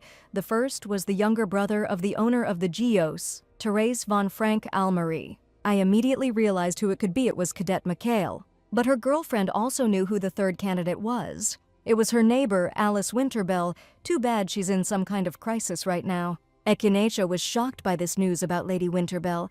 Even though they were neighbors, she could not stop talking about her so formally. Cadet Alice usually trains at Training Ground 9 in the forest. It would probably be better if she saw everything with her own eyes. They had a duel on the very first day, and it was probably the reason for her crisis. Since the girl gave such good advice, when they get closer, let them join the Wisdom Club together. A training ground in the forest, these thoughts did not leave Rose, so she should check it once. In the forest, Lady Alice was indeed training with some kind of scarecrow. Her movements became less confident. She hesitated a lot. Alice's sword was fast. Her movements were precise and precise. She was graceful as a sculpture, but now her blade was filled with doubt. The duel had affected her so much that she simply had to erase the image it left on her sword from her memory. But if it were easy, she wouldn't be in a crisis right now. It would be disrespectful of her to interfere with someone else's path of the sword. Besides, if a lady like her, who had not been trained in the art of fencing, began to lecture her, Alice would take it as an insult. It would be better not to interfere and just leave, but since Rose left her image, she should also remove it. Therefore, with quick movements, she intervened in the training, holding the sword with her own. Her look was confident that she would accept her challenge. At the same time, the girl was shocked by such a sudden appearance. Stepping back, she didn't understand what she was doing there. Lady Rose, the lady she can't stand. She suggested sparring, which was the rudest challenge Alice had ever received, to interrupt training and immediately demand a duel. But she was just so focused on training that she didn't want to distract her, but interrupting her training was much more impolite than calling her. If a fencer does not follow ethics and rules, then how is he any better than a backstreet thug? From now on, Echinacea will be more careful whether she accepts the challenge or not. She heard that she trained in this place every day, and she just wanted to warm up. After all, it was strange. She hadn't seen any progress since their last duel, even though a lot of time had passed. Taking this as something of an insult, Lady Winterable accepted her challenge. That was great. Smiling a sinister smile, Rose was ready to begin. Sparring between the girls began immediately. The lady suggested that it be carried out without unnecessary ceremonies, which would only get in the way. It was a fierce battle that had been going on for quite some time. Last time she only dodged, but now she only does what she attacks. No matter how she parried her attacks, she never lost her balance and immediately returned to her stance, which was commendable, and then quickly and accurately strived towards it, wanting to win. Her sword moved quickly and straight, just like its owner. It was a strong attack, which the girl barely managed to fight off. Only after this did the essence of the duel begin to dawn on her. All this was planned by Lady Echinacea from the very beginning. It was the same technique of sliding along the opponent's blade, which she used last time during the duel on the first day of training. In that case, she could use a counter technique to block her blade. But no, it was still different. The reception was similar, but it was on a completely different level. Her movements are elegant, her attacks are sharp and fast, even her tricks and feints helped her improve her fencing skills. But while thinking about it for a moment, Alice was unable to follow how her opponent's sword ended up in front of her eyes. It took her by surprise, so much so that even the sword involuntarily slipped from her hands and fell to the ground. The girl was very tired after such an energetic duel training. Having fallen to the ground, they handed her the sword that had fallen from her hands. The lady suggested to continue. She showed everything she could. If she were like Brad, she would either go berserk without even realizing what she had done. If she weren't so serious about fencing, she would be very angry right now. Either I would fall into despair from weakness, or if I were petty, then into complexes. If she didn't want to accept the offer, then they could end it there. Before she could leave, the lady was grabbed by the hand, trying to hold on. Everything was fine, which surprised Rose greatly. Lady Winterbell stood up carefully, leaning on the sword that was handed to her. She asked to continue sparring. Even being on the edge, she wanted to continue. The training continued, although it was already long past evening and the sunset was visible in the sky. The whole time during the battle, Alice thought that the lady had done something to her all this time. But she didn't do anything. They just had a sparring session between cadets, that's all. Even if after such a long sparring, her sword had completely changed. What does this have to do with her specifically? It is simply the result of her own efforts. During this sparring, Miss Winterbell realized that she thought you had no interest in the sword and were not serious about the knight's way. So she asked Rose for forgiveness for judging her by little things in appearance. Now she realized that the girl took the sword more seriously than anyone else. The look has changed compared to the recent one. It sparkles with the discovery of something new. It is a look full of sincere gratitude and respect. And the fact that Echinacea doesn't particularly like swords is true, so it wasn't a prejudice. So when Alice goes, the lady asks to go away from her because she smelled of sweat. Such words might have seemed insulting to most, but not to the cadet. The lady asked again to move on because of the smell, although she herself also smelled of sweat, which is why she was going to wash herself and would be the first to use the bathroom. The next day, there were cosmetics flying around. The girl was using mana to apply makeup. While she was doing this, the demonic sword was wondering why she didn't use it in battle yesterday. It was obvious that Miss Winterbell was so serious that the girl had succumbed to her influence, and now she couldn't even move her hand. But the lady ate the food she brought in the morning normally. It was nice. The demonic sword even felt a little sad if they killed her. His head was splitting more and more from his words, so he had to stop talking. As he said, when Echinacea woke up in the morning, breakfast was already on the table. There was no note, but it was obvious that Alice Winterbell had brought it for her. Yesterday, after sparring, it was exactly the same. She was a kind soul. She was not used to such kindness from others, so she didn't know how to react to it. After all the preparations, the girl had some business in the stable, where they were already discussing the raiding tournament. The man thought that she would be among the top 3, but still, she shouldn't relax so much and underestimate the cadets of the military academy. But Rose didn't underestimate them, so what could it be? She just knew her abilities well. Barak really liked this kind of self-confidence. The girl had already finished with the main, but what to do next? Since the tournament was already tomorrow, they should have finished for today. But everything was fine, and the lady could continue to study and look after Sylphide. That was all for today. The man had to go to the Lord in the afternoon anyway. Almost forgetting, he wanted to ask about yesterday. Yesterday, when Urian sent him to the Baron, upon his arrival it turned out that he had arrived earlier. The Baron asked to come by once before leaving work, and not so early, which only added to the questions. Perhaps the commander misheard or misunderstood the Lord's words. The man stood there silently pondering this until he was brought to his senses by the girl, who was still waiting. It was nothing special. He also had to go already, so the training was over for today. Before leaving, he told her to perform well at the tournament tomorrow because he would come to watch. When the work was finished, Echinacea immediately went to a small fountain she should first cool down and then go to bed. The demon sword often saw her get injured, but this was the first time she was sick. It was because the body was not trained but used it as before. In order to train normally, it took a whole year. All thoughts and plans were interrupted by someone's male voice, who seemed to have found the girl. It was Ian Pellet. He had just met Barak, so he thought the lady was near the stables. Of all the people, she met the one she least wanted to see, but she had to remain polite. The matter was in the upcoming tournament for beginners, because they have no track record, so the tournament grid is determined by lot. He was here just for this, handing Rose a bag of pieces of wood for her to pull. The guy also heard her say that she would be in the top 3 and would participate in the extermination of demons. It would be strange if the commander's squire did not make it into the top 3. Having chosen a board, she got the number 8, which seemed neither bad nor good. But in fact, the cadet was very unlucky with such a number, because her first opponent would be someone very serious, someone she probably knew well. It turned out to be Cadet Mikhail, the younger brother of Miss Teresa, the owner of the Giosa. The girl couldn't help but remember the day she was defeated by the demonic sword. It was one of those the lady killed in Ajenka. She would never forget how the knight with golden hair, holding a boy who looked like her in her arms, cried inconsolably. All her thoughts were interrupted by the words of the cadet representative that if she won, then the next opponent would be Cadet Alice. There would be no problems. She should be able to handle her. Was it all really a coincidence that Alice was next? Most likely not. Suddenly, a familiar aura appeared in the garden. An unknown person was watching from afar. It was Urian. If he came for Sylphide, he would have gone to the stables. Why did he go to the well? Did he really come to check if the girl was a demon with a demonic sword? Then frequent meetings make sense. From his point of view, there is a killer walking around who can break loose at any moment.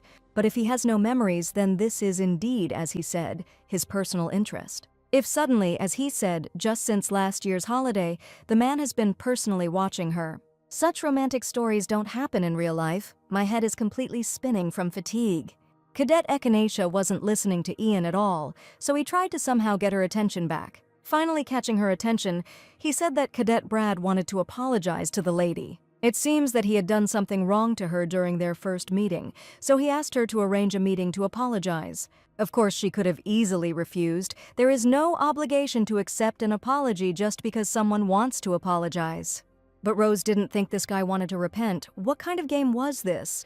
He wanted to meet this evening if possible. At this point, the commander could not stand it any longer and decided to personally find out from Ian what had happened between the cadets. The guy tried to avoid unnecessary attention.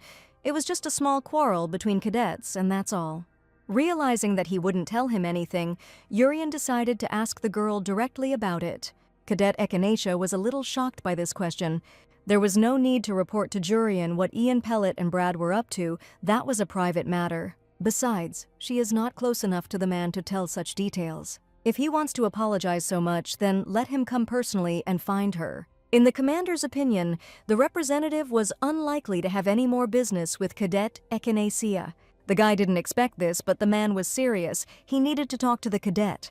Realizing that it would be worse for him if he stayed with them, Ian quickly took his leave. Finally, that strange guy was no longer there, but now Urian remained in front of the lady. The girl did not understand what the man wanted from her, that he even drove the guy away. With an embarrassed face, he tried to look at the lady without taking his eyes off and was clearly embarrassed. He wanted to help her. These words clearly sounded very strange from his mouth, so the commander was very worried. Because he said these words so quietly, Echinacea was unable to hear it, which was no longer important. Instead, the girl should have followed him on some business. It was very strange what he wanted from Rose. They had been walking for a long time, both along the street and along the corridors of the academy. All she wanted now was to just lie down in her bed and sleep. However, the girl was walking behind him and could fully examine him from behind. His back is always beautiful, and his hair is like the finest silver threads. Finally, they reached the room they needed. While Urian found what he needed in it, the lady should wait for him outside. Echinacea had a really strong fever, so much so that her cheeks had been burning for a long time, as had her body. After some time, the man carried out of the room some strange package with unknown contents. He handed the package to the girl. It was intended specifically for her. The commander most likely noticed that the lady had become ill, so he wanted to help her somehow. Putting his hand on her shoulder, he only gave her advice that she should not overexert herself like that anymore. The package contained an ointment that only the Knights of the Azure Sky could use, antibiotic syrup and ginger tea with honey. Even the elder Barak, who was with her all morning, could not notice that she was ill. But how did Urian find out about it? It was such a strange feeling, a tingling and sweet sensation. Was he worried about her? Hoping that he doesn't remember when they first saw each other at last year's birthday party, and that they remembered each other then, I would like their meeting to take place in Ajenka. Because Rose blushed deeply again from her thoughts. The demonic sword thought that she had a fever again, but that was not the case at all. But time continued to pass, and the very day arrived when the tournament was to take place. The two boys looked at the seats where raindrops were currently falling. One of them turned out to be Michael, the younger brother of the owner of the Geos. And so, the rating fights of freshmen began. Mikhail was interested. He looked at the girl who was supposed to be his opponent in the first round. This was the lady who had long been accused by everyone of illegally entering the military academy. So there will be something else to see, Theo teased his angel friend, who didn't like such a nickname. But no matter who the opponent is, the guy will be able to take first place and will participate in the hunt for demonic creatures. Then his sister will look at him differently. Not as a sickly younger brother who couldn't even hold a sword, but as a cadet of the Order of the Knights of the Azure Sky. He clearly had a sisterly complex, which made him want to laugh, but not Mikhail. Well, what will happen if he loses to this lady with all his self-confidence? But how could his friend think that he would lose to some girl who acted deceitfully? It was somehow suspicious, no matter how you look at it. Getting the rank of Squire on the very first day was strange, and today everyone would see her true abilities. While the boys were watching the girl, Alice Winterbell approached her. Everyone thought that these two were not known for their good relations, but when did they manage to become so close? That they even smiled and laughed at each other, like real friends who seemed to never quarrel. Seeing this, Mikhail hit himself in the face to come back to his senses. Theo didn't understand what was happening to him. They had been friends for a long time, and he had never behaved like that. But the guy was fine. He looked at the couple with such a look as if he wanted to kill. And finally, the moment came when the representative called the participants. The first were Michael von Frank and Echinacea Rose, so to the winner be mercy and leniency. To the loser in this case, humility and calm. Let the swords of the duelists be filled with honor and justice. Having finished his speech, the duel could begin. Dom Frank Almari specializes in a defensive style of fencing, but allows for a powerful counterattack after a parry. Sister Teresa achieved the title of Master and Owner of Gyoza with the help of this style. Almari's style was his victory, and the boy had no doubt about it. And here he is again distracted by some girl in a dress who just wants to seduce men, and the fact that he even thinks about it was Rose's fault. So she shouldn't have stood there like a pillar, but simply attacked, which the girl was already starting to do. As soon as she comes, be she the commander's squire or anyone else, the guy will crush her with that style. As Echinacea approached Michael, her soft lips could be clearly seen. Her appearance was completely so beautiful and elegant that it could not be described in words. And finally they clashed with their swords and there was a loud bang. No one clearly expected that after this sound, the guy's sword would end up far away from him on the floor, knocked out of his hands. All the cadets were shocked by this outcome of events because they thought that the girl could not do anything and would not be able to win. But a loud voice rang out throughout the arena, announcing that the winner of the fight was number 8, Echinacea Rose. Mikhail, after such humiliation, fell into a kind of despair because how could this happen to him? He was confident in his abilities, but still lost to the girl. The girl stood confidently while the guy tried to move away from everything that had just happened. He seemed to be furious, but could not say anything. That's why he decided to run away from the duel site. It clearly wouldn't ruin his reputation. Noticing this, his friend Theo chased him through the corridors of the academy and was finally able to catch up with him. He tried to cheer him up because everything was fine, mistakes happen in life, and there was no need to worry so much. But it wasn't a mistake. Didn't the guy see what happened? But Theo didn't understand what he was talking about. If he hasn't seen it, then it's not necessary he will live his whole life in ignorance. He only sees what he understood. Mikhail tried to hide his embarrassment from his friend because it was the first time he saw a woman like his sister. They shouldn't stay in this place for so long, so the guy suggested going, but where? The answer was simple. Watch the fight to the end. They couldn't miss a single one. Even though he lost to the lady, he is not even ashamed after such a disgrace. But when the duel is over, no one will consider losing to her a disgrace. At this time, Echinacea was descending from the arena, deep in thought about something. Mikhail's fencing reminded her that Teresa had the same one when she stopped her. Naturally, since he was her younger brother, the lady had a poor memory of how she killed the guy. This happened somewhere in Ajenka, where there were many more deaths besides him that could not be remembered. But the girl remembered only sobs, like the howl of a beast, and her pride flying into pieces. It was good that now it was possible to see them alive. For this, it was worth turning back time. Mikhail took his sister as a role model and followed her example in everything. But the defensive style of fencing did not seem to suit his character. For Teresa's sake, if the opportunity arose, she would give him advice. Her thoughts were interrupted by the joyful voice of Miss Winterbell, who was happy for the girl because she showed a completely different side than during the sparring with her. It was high time for the cadet to call her by her first name, otherwise the etiquette was giving her goosebumps, and if she would treat her more simply, she would be able to practice with her again. The girl agreed to this condition, but she should have addressed her simply as Ehi, but Alice was still a little unprepared for this. But did this really require special determination?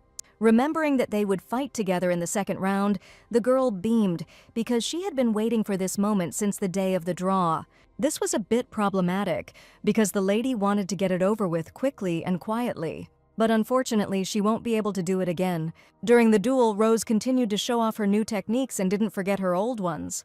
From such excitement, Miss Winterable's whole body trembled so strongly that even the sword showed it. How could one turn away from such eyes that were just waiting for a new fight with the girl? All she had to do was keep him company, which was also not bad. So with quick movements of her hands, she was ready to deliver the finishing blow, who once again knocked the sword out of the cadet's hands, not even giving her a chance to win. After that, everyone kept saying that she was the genius of the century, even against that same Alice, as if she were conducting a training sparring match. If you don't count her inability to use mana, she could compete even with real knights. The commander apparently knew about this, which is why he appointed him Squire, but who started the rumors about illegal entry. Finally, the ranking tournament was a success, and it was evening outside. Cadet Echinacea was congratulated on winning first place in the tournament. Until the next tournament or duel, she was the first among the first years. At the general tournament, everyone will be nervous, and there will be a real commotion in the upper ranks. She wanted to quickly return to the room, and then they pester her. Now the boy understood why the commander had appointed her squire. He could see her talent. But what was her secret, because the House of Rose was never famous for its sword? Who could she have been trained by? Perhaps Commander Urian himself has been training her for a long time. Echinacea was simply self-taught, which is certainly not what the presenter expected. Tired of his constant chatter, the lady asked him to leave because she was tired after the tournament, in which case Ian left. Lady Winterbell watched this whole scene from afar, not understanding the gist of the conversation. It was so tiring, it would have been better if she had just made a scene. The cadet was interested in what they were talking about, but there was nothing special. He was just talking about the rating of newcomers. But now Rose was only concerned about whether Alice was okay, although everything seemed to be fine with her. The problem was that her rating would be too low for her abilities, but that wasn't a big deal for her. The girl got something more important than a rating, so for now she will focus on honing her technique. It was a truly chivalrous response, honest and true to herself, unlike types like Ian. Rose wanted to convey all her thoughts to the girl about this. After all, she really wanted her to become a full-fledged knight of the azure sky. She really was suitable for this role. Until now, the lady had read fencing only as a technique for effective killing. But when she crossed swords with Alice, things were completely different. Rose seemed to have taken on the spirit of a cadet who took the sword seriously and honestly. Yes, there are those who take up the sword not to kill, but only to protect citizens from danger.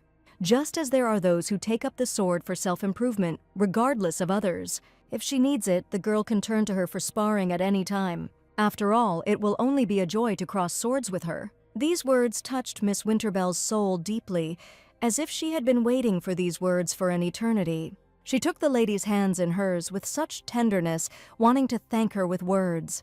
She was so glad to have met such a beautiful girl as Lady Echinacea. Rose couldn't stand all this tenderness. Blushing, she didn't understand why she suddenly took her hand. But couldn't it have been done like that? Well, not that it couldn't have been done, but it really embarrassed the lady.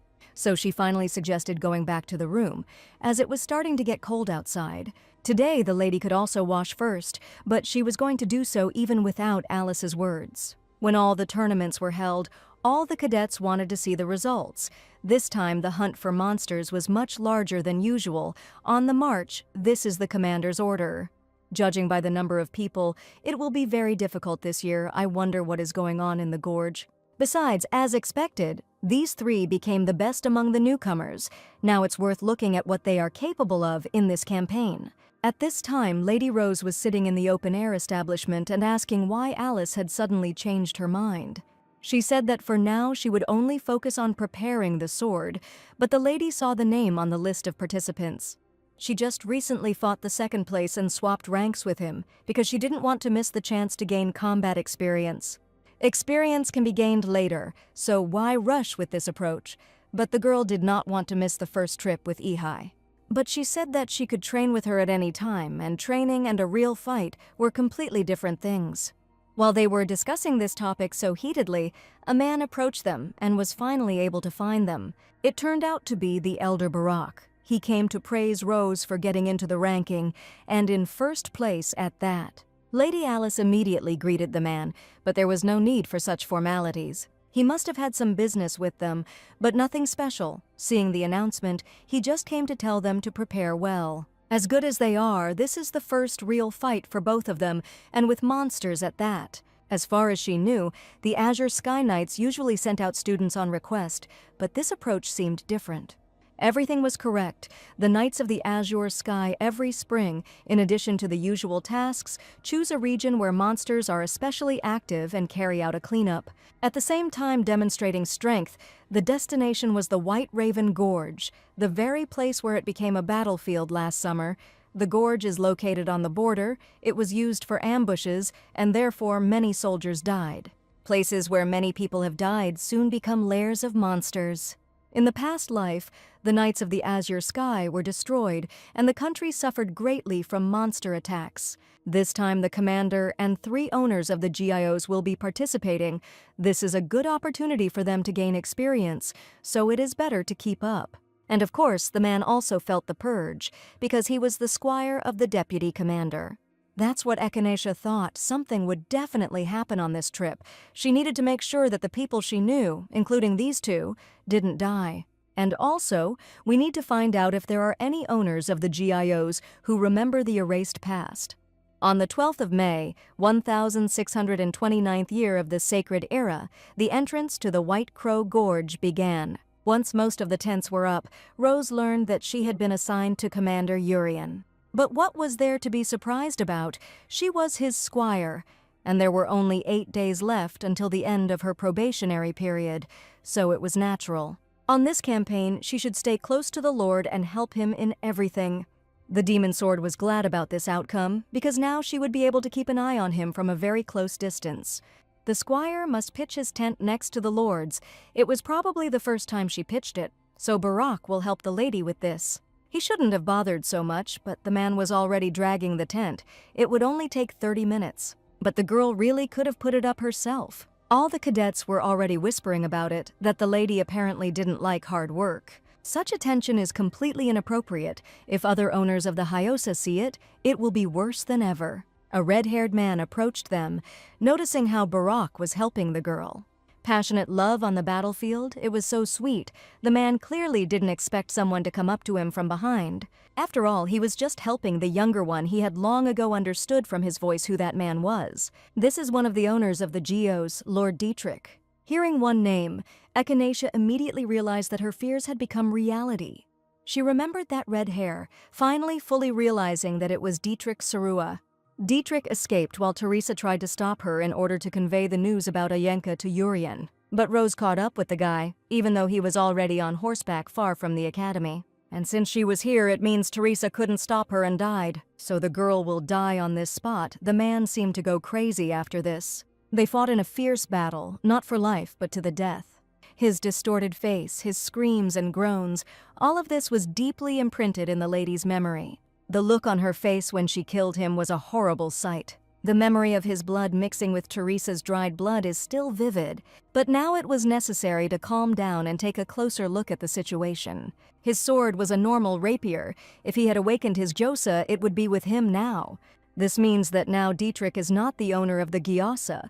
He is not yet a master, but only a junior knight. That is, the current Dietrich had no memories of the past, which significantly improved the situation. The man kept teasing Barak that they were lovers, even though they weren't yet. But if she is not his girlfriend, and he did not try to seduce her, then why is he helping to set up the tent? What was wrong with helping the younger one that you like? But it was very bad. If you look around, if he really cares about the younger one, then you should think about how his actions look in the eyes of others. Only now did he realize the whole situation of what was happening, but he shouldn't have been so worried about her reputation. Even though she didn't ask for help, he accepted it, so the result would have been the same. In that case, that explained everything, but Dietrich wanted to tell the lady something else. She immediately thought that it was about her clothes, but this was not the case at all. He knew a thing or two about geniuses, like the commander who was now in the clouds. They were roommates at the military academy, so I knew a lot about him. But in general, observing geniuses, he noticed one common feature among them. All geniuses were some oddballs, and she was clearly no exception. At the same time, everyone shows their eccentricity in their own way. It's hard for ordinary people like him to understand this. All they can do is accept it. For example, her style of clothing, but he didn't come here just to say that. He moved a little closer to the girl so that she could definitely hear him. The man really wanted to say that this dark dress suits Rose. That's what he wanted to say all this time, that the lady looks beautiful. That's why he offered to be friends with Cadet Echinacea, clearly sucking up to her. Having said everything he wanted, he immediately left, wishing them good luck. The demon sword was shocked that this was the one who would soon become the master of Lemming Gyos. He had a very peculiar taste. But Rose was worried about something completely different. Did Dietrich really have that kind of character? Well, now the section begins. Let's learn about Geos. Today with Valder Geos, we can talk about Lemming Geos. Lemming Gyosa, it has many nicknames. For example, it is the Sword of Conquest, the Twin Sword, and the meaning was the Test of Delight, a rapier, on the blade of which red reflections dance like flames. The materials for it are human joy, the thirst for conquest, delight, ambition, victory, the possession of feelings at the moment of conquest. And also the willingness to burn everything to achieve the goal. You can't imagine anything more boring. It is said that it resonates with the Demon Gyosa dual sword. I wonder if there is a connection with the Demon Gyosa owner. But that's all. Rose takes the already much talked about sword. It's worth waiting for the next issue. While the girl was thinking about this whole situation, Dietrich had long since gone off to talk to the other cadets.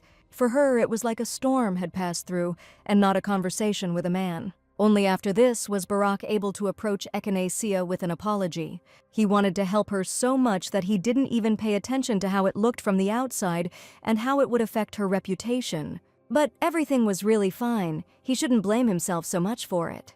The older comrade simply helped her, not because she was a lady and could not cope on her own, but because she was a junior squire. That was true, so he shouldn't have stooped so low. Although the man was shocked by her kind words, he was pleased that the lady spoke like that. In that case, he could go, saying that he and the deputy commander of the barracks were nearby and if she needed anything she could contact them.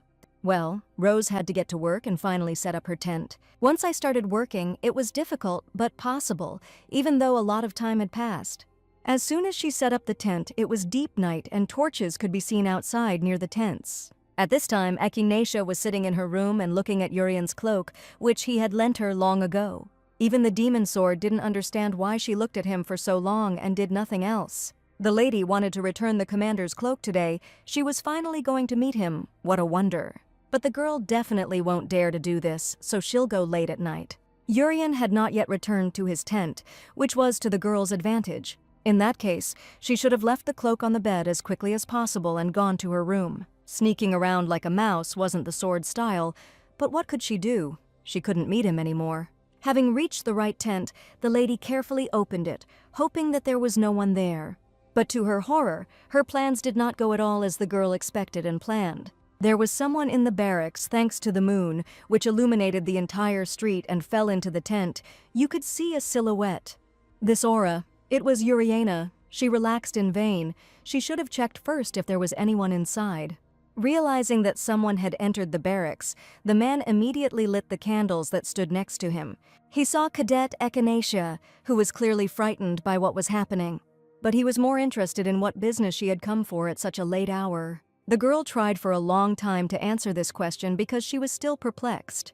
Looking at the cloak that was in her hands, the lady wanted to return it, also not forgetting to apologize for bursting in so late. Urian looked at the cloak for a while. It was a bit of a strange behavior for a cadet. But he had no choice but to take his thing back. Coming closer to Rose, he took his cloak with careful and such gentle movements. Urian, today he was somehow different from usual. The girl immediately noticed this from his facial expression. He seemed upset about something. Staring at the thing in his hands for so long, the man could only ask if she really came just for this. That was true, but why was he asking her such strange things? Almost forgetting, Echinacea thanked the commander for the medicine and ginger tea he gave her last time. He was so hoping for some other words, but all he got was this. A little upset, the man still hoped that the drugs helped her. It was so, only thanks to them, the lady was able to recover so quickly. These words immediately raised the man's mood. Urian smiled so defenselessly that the girl could not take her eyes off such a wonderful smile. He seemed to smile at her with such tenderness, as if he had loved her for a very long time. But all these thoughts were interrupted by a picture that suddenly appeared before his eyes, where the Lord was already covered in blood. That moment hurt Rose so much that she couldn't get the memories out of her head. All her thoughts were complete nonsense. Such allusions were an insult to Urian's honor. After that, she didn't want to be in the barracks anymore, so after asking for an apology, she decided to take her leave. But the man didn't want to let her go so easily, so before she left, he asked her to wait. She still had questions, such as whether she had ever encountered demons. This question made me think, because I had to come up with an answer. When she was controlled by a demonic moss, demons were born in every ruin she passed, so during the time she was collecting Gyoza, there was a lot of demon hunting. And one day, she was sucked in there and had to suffer a lot to get out alive, but it was impossible to talk about it. Having come up with what she saw, when fighting demons, many things were different from fighting people. The lady studied this to some extent. Urian had no doubt about her swordsmanship, but demons were unpredictable creatures, so he shouldn't stray too far from him. But why is he so confident in her sword skills? The man has never seen it. How could he see her fight if he never even showed up for training or tournaments? It turns out that he personally saw her take the entrance exams and knows the results of the tournament. She is excellent. The girl was grateful for such a high assessment from him, although she could not show her joy. It was high time for her to go back to her tent, apologizing once again for disturbing his rest. But Urian wasn't going to sleep all night, so Rose didn't have to worry about that and could go and rest peacefully. The demon sword found the whole situation funny, telling people to be careful of the demons, even though he was weaker than the lady. He should have shut up a long time ago and never even mentioned this man's name out loud again. Finally reaching her tent, Echinacea fell exhausted onto her bed, still thinking about Urian. Why did he have that expression on his face the moment he saw her? And what was he thinking when he said such strange and incomprehensible words? The girl did not understand him at all, much less what he felt for her. That night, she had a dream in a luxurious ballroom where she was dancing with someone to a ballroom song. She was so genuinely happy to stick with him and spend these happy moments together. But the face was not visible, although the lady knew that for some reason the man was smiling and was so warm that tears involuntarily came to her eyes. And then the fateful day came. The sky was dark, as if clouds had filled everything around. All the candidates and knights stood waiting for the commander's order. They were ready to fight no matter what the cost. Finally, a voice sounded that from this moment on, they would begin clearing the White Raven Gorge. They were finally in a gorge where an ominous atmosphere reigned, and in such a place it is not surprising to see the appearance of demonic creatures. All that remained was to make sure that everyone was ready to start the fight. But what worried Barak most was Echinaccia's readiness. Even at that moment, she was wearing her magnificent dress. Although it interfered with the fight, the girl was more or less ready for everything. The elder was not going to go with him. He should have stayed in the camp with the master. Someone had to guard the camp. According to the original script, Barak was supposed to die during this purge. But the lady didn't know how exactly he died, whether the scenario had changed, and how he would die. The only clue was that it all happened on a rainy night. The man noticed Rose's anxiety, so he tried to cheer her up by wishing her good luck and that she not leave the commander. They might return before nightfall. The fight was hard and every soldier tried to help each other.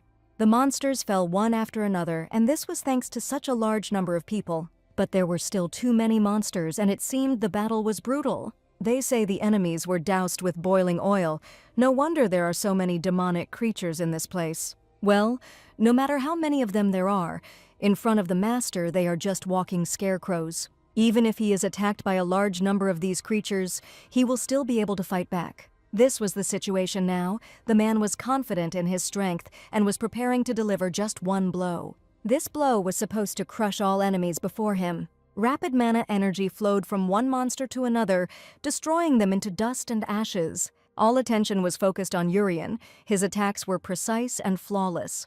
And his sword was created by an ancient blacksmith who created a blade from human justice and engraved on it the pattern of human duty. While she was watching him, the entire small group of monsters that were attacking him were destroyed at the same time. In part, all these successes can be attributed to the sacred sword Langios. It strengthened mana and destroys evil, a sword that becomes stronger against evil creatures. Because of which Langios could not accept her, the murderer. Normally, the owner can store and summon the Gyosa through the engraved pattern, but with Langios, this is impossible, so he had to carry it on his back. A beautiful white sword that she was not given the ability to use, just like Urian. They say the man doesn't have an accompanying squad, which is not surprising. With such abilities, he is not needed. While the lady was lost in her thoughts, one of the monsters managed to crawl up to her. Echinaccia immediately noticed this monster approaching her. Without even blinking an eye, the lady stepped on his hand, causing it to bleed, after which he cut off the upper part with one blow just as quickly. Mikhail and his friend looked at this woman. There was not a speck of dust on her face. The monster was able to find a similar monster to serve as his squire. Her boots were ruined, which was a pity because they were beautiful, but nothing could be done. But it was impossible to be distracted by this. Storm clouds appeared in the sky, which could only mean one thing. It was time for them to return to camp. It was becoming more and more dangerous, and the moment of Barak's death was near. While the girl was looking at him, out of the corner of her eye she saw that someone else was looking there just like her. It was Urian watching the approaching storm, which was getting closer and closer. He probably knew what was about to happen very soon. Therefore, by raising his hand up, he drew the attention of everyone present at the cleanup to himself. The weather was getting worse, which meant they should postpone the daytime sweep until tomorrow and return to camp. Urian turned to Echinaccia as if he wanted to say something, but they looked at each other silently. The man's gaze showed that he remembered everything. This frightened the lady the most. The commander only praised her for having worked well and for the fact that they needed to have a good rest in the camp. All thoughts were mixed up in my head. It was impossible to think about one thing. Even the demonic sword understood that Urian remembered and knew everything for sure. The girl remembered the day when Barak died, and she had to do everything she could to stop it. And not only that did she remember, all the erased memories too. When they finally reached the camp, it was already raining heavily, and there were already puddles all around the street. All this time since arriving back, Rose sat in her tent thinking about all the words. The demonic sword tried to calm the girl down. Why should she follow Barak? Because if Urian had memories, she would figure everything out herself. It was so, but the lady could not stop thinking about everything. She did not even silence the sword, which was strange for her. All the words that after the duel he would answer, and that he did not doubt her sword. Now the girl understood why he said so. Urian definitely remembers what happened before returning. Then why doesn't he attack her? Why doesn't he try to kill her? Why doesn't he hate her because she is the one who brutally killed him? He should have regretted and cursed the lady for all those actions in the past. But he only smiled at her and had good intentions. Still, there was something strange about his goodwill towards her all this time. If he remembers, then he shouldn't behave like that, treat her so well and especially take care of her. He may have memories, but without any proof, the man simply watches. He doesn't know who turned back time, so he's trying to figure her out as a cadet who wasn't there in the past. And at the same time, he carefully checks whether Rose is the demon of the demon sword. There was no other explanation. Urian tests her, holds her close, and watches until he finds irrefutable evidence. And when he can be sure that the girl is a demon of the demonic sword, he will immediately finish her off on the spot. Suddenly, the lady felt something very strange, something that even the sword did not understand. She realized that Urian had left the camp and was heading in an unknown direction. Thanks to the cloak that the lady finally gave him and the rain, he was able to leave without being seen.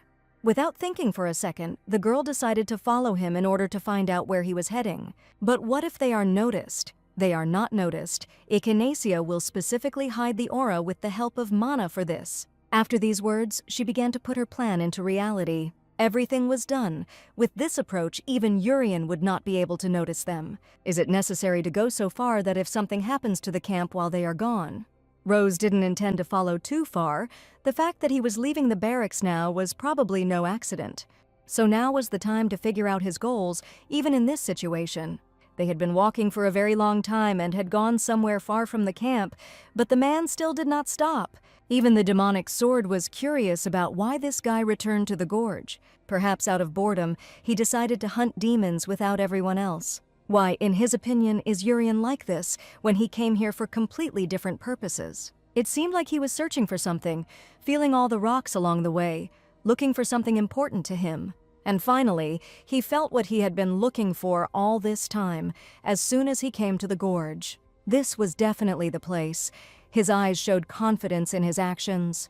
He carefully took out his sword to fight whatever was behind the rock. Finally, the man took out his langios, which meant it was something serious. Echinacea still didn't understand yet. She watched him, what he was going to do. All that was left was to watch his actions, and now Urian was ready to strike. He hit the rock in front of him with all his might, shattering a certain section into small pieces. What was in the rock greatly surprised the lady. She certainly did not expect to see such a thing. Through the small hole that the man had just made, someone's eyes could be seen and an ominous aura was emanating. Immediately, these monsters began to fly out one after another, finally freed. These terrible creatures turned out to be spectra. What could they be doing in such a place? This was not the most important thing, because now it was possible to understand what caused the death of the elder Barak. Specters are among the most dangerous demons. They inhabit people and control them like puppets. A master-level knight can resist, but the rest are defenseless if the specters attack the camp by surprise. Many fighters who had not reached the level of a master would be possessed and go on a rampage, and the elder Barak fell under their influence. That's why Urian came here alone. The spectra didn't affect him like they did the others. But this means that among the owners of the geos, only Urian retained his memory. If there was someone else with some memory left, he would have also come to sort out the spectra in advance. But why exactly did the man, before he could come up with a new theory, distract her with a demonic sword? The girl should have looked at what was happening. There were a disgusting number of spectra. It's dangerous, isn't it? Everything was fine. Langiosa becomes the strongest in the fight against evil. There was no need to worry about him. After all, a man could crush all these monsters with one blow. As expected, with just one powerful blow, he was able to hit all the spectra that were in front of the man at once.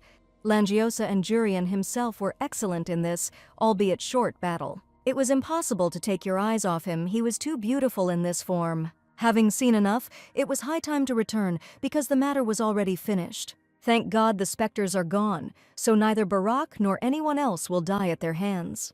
It was finally possible to relax and forget about this whole situation without torturing yourself. Or maybe not. Looking ahead, Rose noticed a new threat to the lives of the camp. A huge purple portal appeared in the sky, like a black hole, sucking in everything it could. The people were in a panic, as was the girl herself, so when she saw this, she immediately rushed back. Valder Giosa did not understand what was happening, because he could not see what the lady saw. Somehow, a huge knot appeared above the camp, but why it decided to form in this particular place remained a mystery. If only Urian had known about this, he definitely would not have set up camp in such a dangerous place. So this knot appeared recently. If you get into it, you are finished. All the soldiers ran as fast as they could. They needed to evacuate as quickly as possible away from the hub. Neither Alice nor Fatima were there. It seemed the other owners of the Geos had long since evacuated. But where was the elder Barak? The man was far enough away and helped other soldiers escape. Echinacea tried to call him, but he did not hear and heard only another voice. Turning around, it was Ian Pellet asking the elder for help. He checked all the cadet barracks, but he had not yet been able to inspect one of the newcomers' barracks. What kind of tent was this? There was only one answer. Echinacea rose. She had a separate barracks. Since she was the commander's squire, the senior knew where she was, but there was a knot nearby, and it was impossible for one to get through. The girl tried to shout to Barak that she was already in the camp and not in the tent, but it was useless. Due to the distance, the screams could not be heard, and due to the crowd, it was impossible to use mana. At this moment, the men had already reached the barracks, trying to check it as quickly as possible. But there was no one there. Apparently she had evacuated in advance, which was good. Once they checked, they should have left quickly. The node was already very close. Only at this moment did the lady manage to run to Barak, trying to warn them to get out of there. The elder was very happy to see Ahai in perfect order. It was like a weight had been lifted from his shoulders. But that wasn't the end of it. He felt something was wrong. Cadet Representative Ian stuck the knife into his ribs and was able to penetrate very deeply. From such a blow directly to the back, Barak lost his balance, which caused him to be sucked into a knot. Only later did he realize what was happening, but his legs were already beginning to enter this abyss. It was already too late to help him in any way. The elder was completely sucked into the knot and there was no trace left of him. While the girl was distracted by this, it was the perfect moment for the guy to hide his knife in his sleeve for the future. This couldn't happen. Everything was well thought out. As soon as the man was no longer visible, she turned her gaze to Ian, who at this time pretended that he had nothing to do with this situation, and allegedly himself could not believe it. But everything had long been clear to Rose. She saw that Ian Pellet was to blame for all this, who pretended to be a fool until the very end, because he was so worried about his elder and younger children. With every second it was becoming more and more dangerous to stay in this place. They had to run if they didn't want to get into the knot, too. The eldest should have gone to a theater troupe, not to a military academy with such a talent for lying. Now was not the time for that. First, it was worth going outside, and then talking outside. Even the Baron was already calling the girl and the guy because they really should leave. Which made Ian a little scared, because in that case it wasn't just the lady who could see him. They will come now, but unfortunately Barak will not be able to. These words hit Baron Tilius hard. The owner of Salik Giosa and the second in command of Azure Sky, who once tried to stop her. Rose remembered his desperate words for her not to go outside and die with him. It was only thanks to him that people managed to evacuate earlier and close the gates. Until the demon of the demonic sword reached them, as well as everyone else. In the end, the Baron was unable to stop her, but thanks to the time he gained, many were able to escape, and now he wanted to tell him that his dearest squire was swallowed up by the rift after he himself had pushed Barak into it. Those who should have died are now living, and those who should have lived are dead. How disgusting it is. Ian Pellet is a terrible and long-rotten man. His existence is one abomination. So the girl came up with a plan to take revenge on the guy for all his actions. She decided to go to the knot, and not only for the sake of being able to save the elder, but also to drag into this hell a guy who deserved it. He clearly didn't expect the girl to want to take such a risk, and even more so to drag him there along with her, into that nightmare that is there and it is almost impossible to return. The Baron wanted to stop them and do something, but he couldn't do anything. It was already very late. They were sucked into the rift and there was nothing they could do about it unless they went there too, which no one would allow a man to do. Even the soldiers who were next to him tried to dissuade him from going there. This knot pulled in everything that was possible and impossible, but over time it became smaller and smaller. Suddenly, a huge stream of mana began to emerge from the rift, blinding everything around. It was so bright and powerful that it was impossible to even open your eyes to look. But when all this passed, Tilius was able to open one eye and was shocked by what he saw. There was not a single living place left of the camp, and in the center there was a small hole. In this hole there were only small pieces of fabric from tents. Only that indicated that something had been in this place before. By this time the commander arrived, but he did not manage to witness the whole spectacle. But he also came too late to change anything. Once inside the rift, there was blood everywhere, and when I fell, there were splashes in all directions. They fell into the camp, but it was completely different, not like in the real world. Looking around, one could notice even more differences from the real thing. The sky was painted scarlet, and smoke was coming from everywhere. There was a battle going on all around. Unknown soldiers were fighting against each other. Echinacea once again found itself in a rift from which it had managed to escape the last time. The rift was a wound in space, cut off from the world, an unknown area. This space was created by the divine sword left by Rakia Gyosa. Unlike Kairos Gyosa, which observes time, Raki Gyosa has the ability to cut through space and wander in it.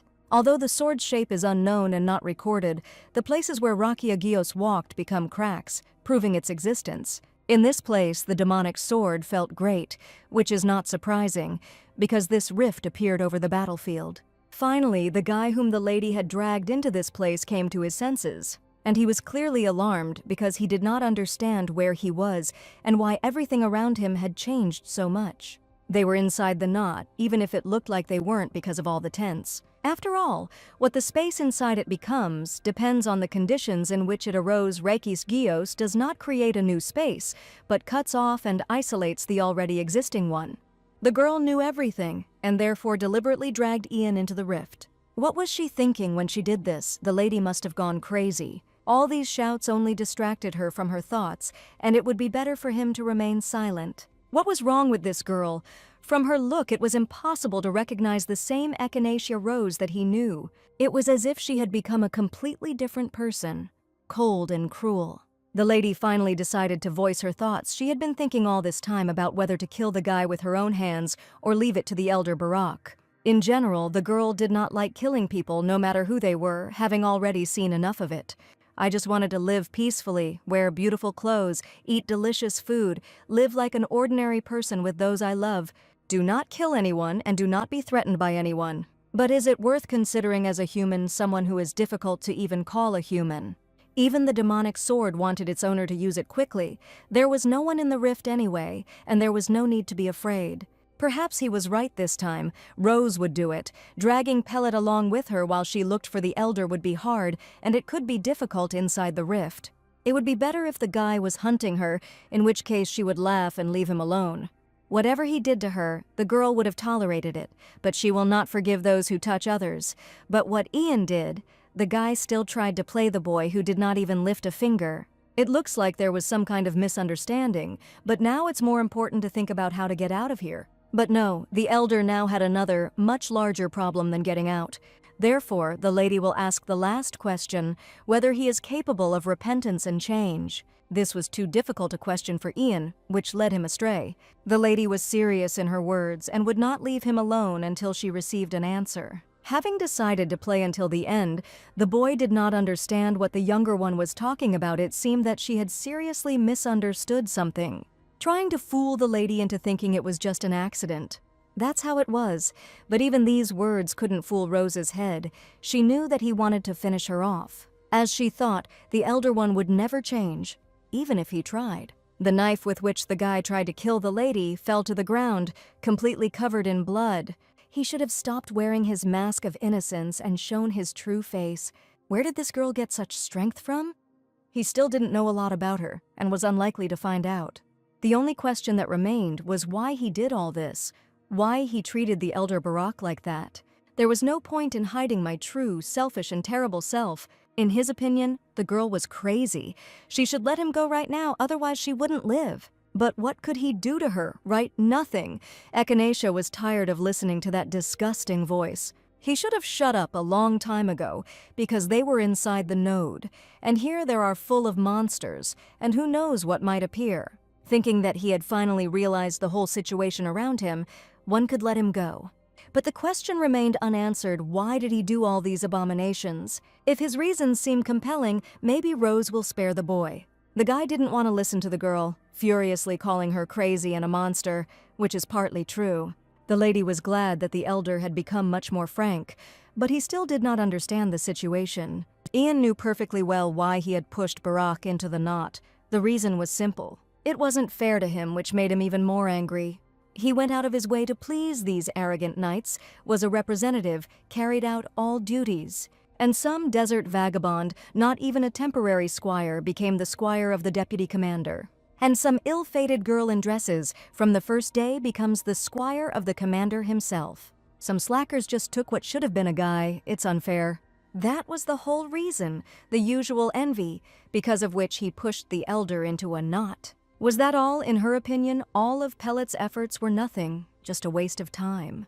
He's just a lazy bum who gets everything easily and doesn't know his place. A lazy person, so it seemed to him, thinking that everyone else had such an easy life. It is selfish to think that others have everything only because of luck, and for this he decided to kill a person. These words sounded as if they came not from the mouth of that very Echinacea, but from the mouth of a monster. Only after these words did the lady understand what had happened. She needed to calm down urgently. It's okay to be angry, but you have to act calmly, otherwise the demonic sword will swallow her up again. The guy urgently needed to get out of this mess while the girl was distracted. Looking around, Ian was able to find a long sword lying nearby. This was his chance, and it was not worth missing. Rose must have dropped it when she fell into the knot, and it looks like she hasn't noticed yet. Now, while she was relaxed, there was a chance to attack her before it was too late. Grabbing the sword, the elder immediately attacked her, shouting for her to die. His gaze showed confidence, since he had been in the military academy longer, so he wielded the sword much better. But she didn't know the girl's trump card. Her gaze remained calm. After all, she was more confident than he was in her victory, taking out the demonic sword and piercing him through and through. Pellet certainly didn't expect this. He didn't even have time to understand what had happened. All he saw was Rose's sword appearing out of nowhere and attacking with it. From such a blow, splashes of blood lashed the ground, leaving a scarlet streak. Ian fell. He could no longer stand on his feet, much less hold a sword. Within moments, the pain in his chest became unbearable and the blood flowed more and more. The demonic sword was only glad about this because he hadn't seen blood for a long time, which was good. The lady gave many chances for salvation, but the guy himself rejected them. As Ian bled out, he wondered only one question: who was this girl?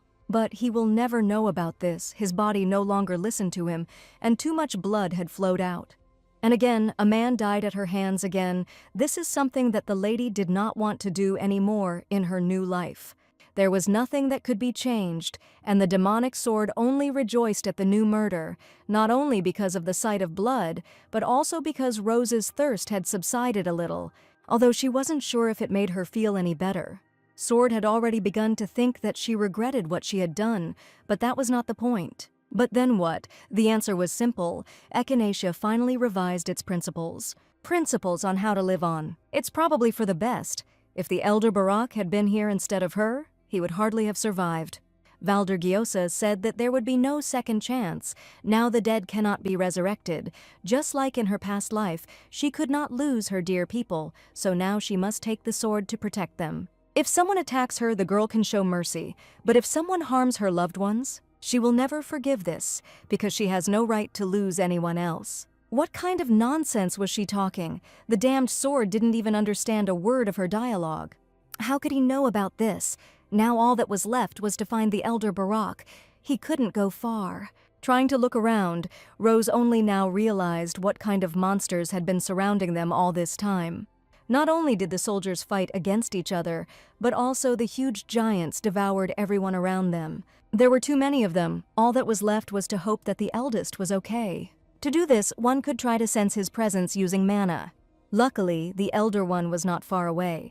Apparently, he took refuge in the barracks as soon as he got here. She must move while hiding her presence, otherwise the monsters will discover her.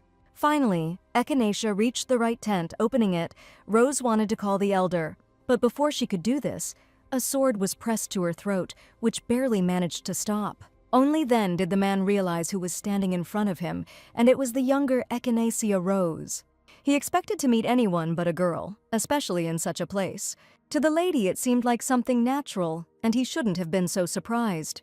But what could such a lady be doing here? More and more questions appeared in her head. Although there were many of them, it was more worth worrying about his wound that Ian had left earlier. When asked how she got caught in the knot, the answer was strange, that it somehow happened by accident. Elder Ian also came in here, but she supposedly didn't know where he was, which was for the best. It was worth forgetting this scoundrel.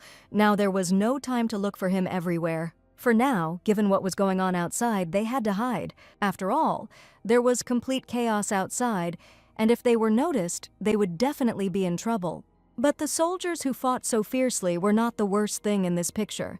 The worst were the huge monsters that devoured everyone with ease. And it would be okay if there was only one, but there were a huge number of them, and they were very different. The man watched them as they devoured each other. Until the shadow soldiers killed each other, there was no great danger. Until that happened, the man was going to find supplies in other tents. He heard that they could get out if they held out until the knot disappeared. Without a master, the best strategy was to wait it out rather than fight. Before, the girl would simply clean everything inside and wait for him to disappear on his own. But now everything was different, and she couldn't use her power under Barak. How long can they survive on supplies alone before she can draw her demonic sword? She clearly shouldn't have been thinking about such things, and a gentle stroke of her head stopped her from thinking further. The elder didn't want her to worry or be afraid, because they would get out of here alive. If Rose is scared, then she should just believe his words. He'll somehow manage with one little younger one. His words were sincere, but something was bothering him.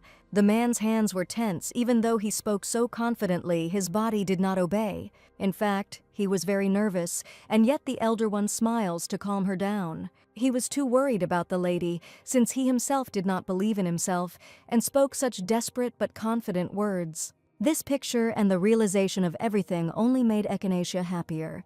The younger one was ready to accept such care for herself, even though she knew what kind of situation she was in. Although all this was pleasant, it was not worth gratitude. It was natural for elders to protect younger ones. And now they need to look for something useful that will be useful for survival. Suddenly, Rose remembered that last time, after getting out of the node, she spent some time looking for information about the exit methods. And in one of the materials found, there was one interesting hypothesis that could help them. So there was no point in keeping him in suspense. He should have suggested this option to his elder. Having lied a little, the girl was actually very interested in knots and had read a lot of books about it.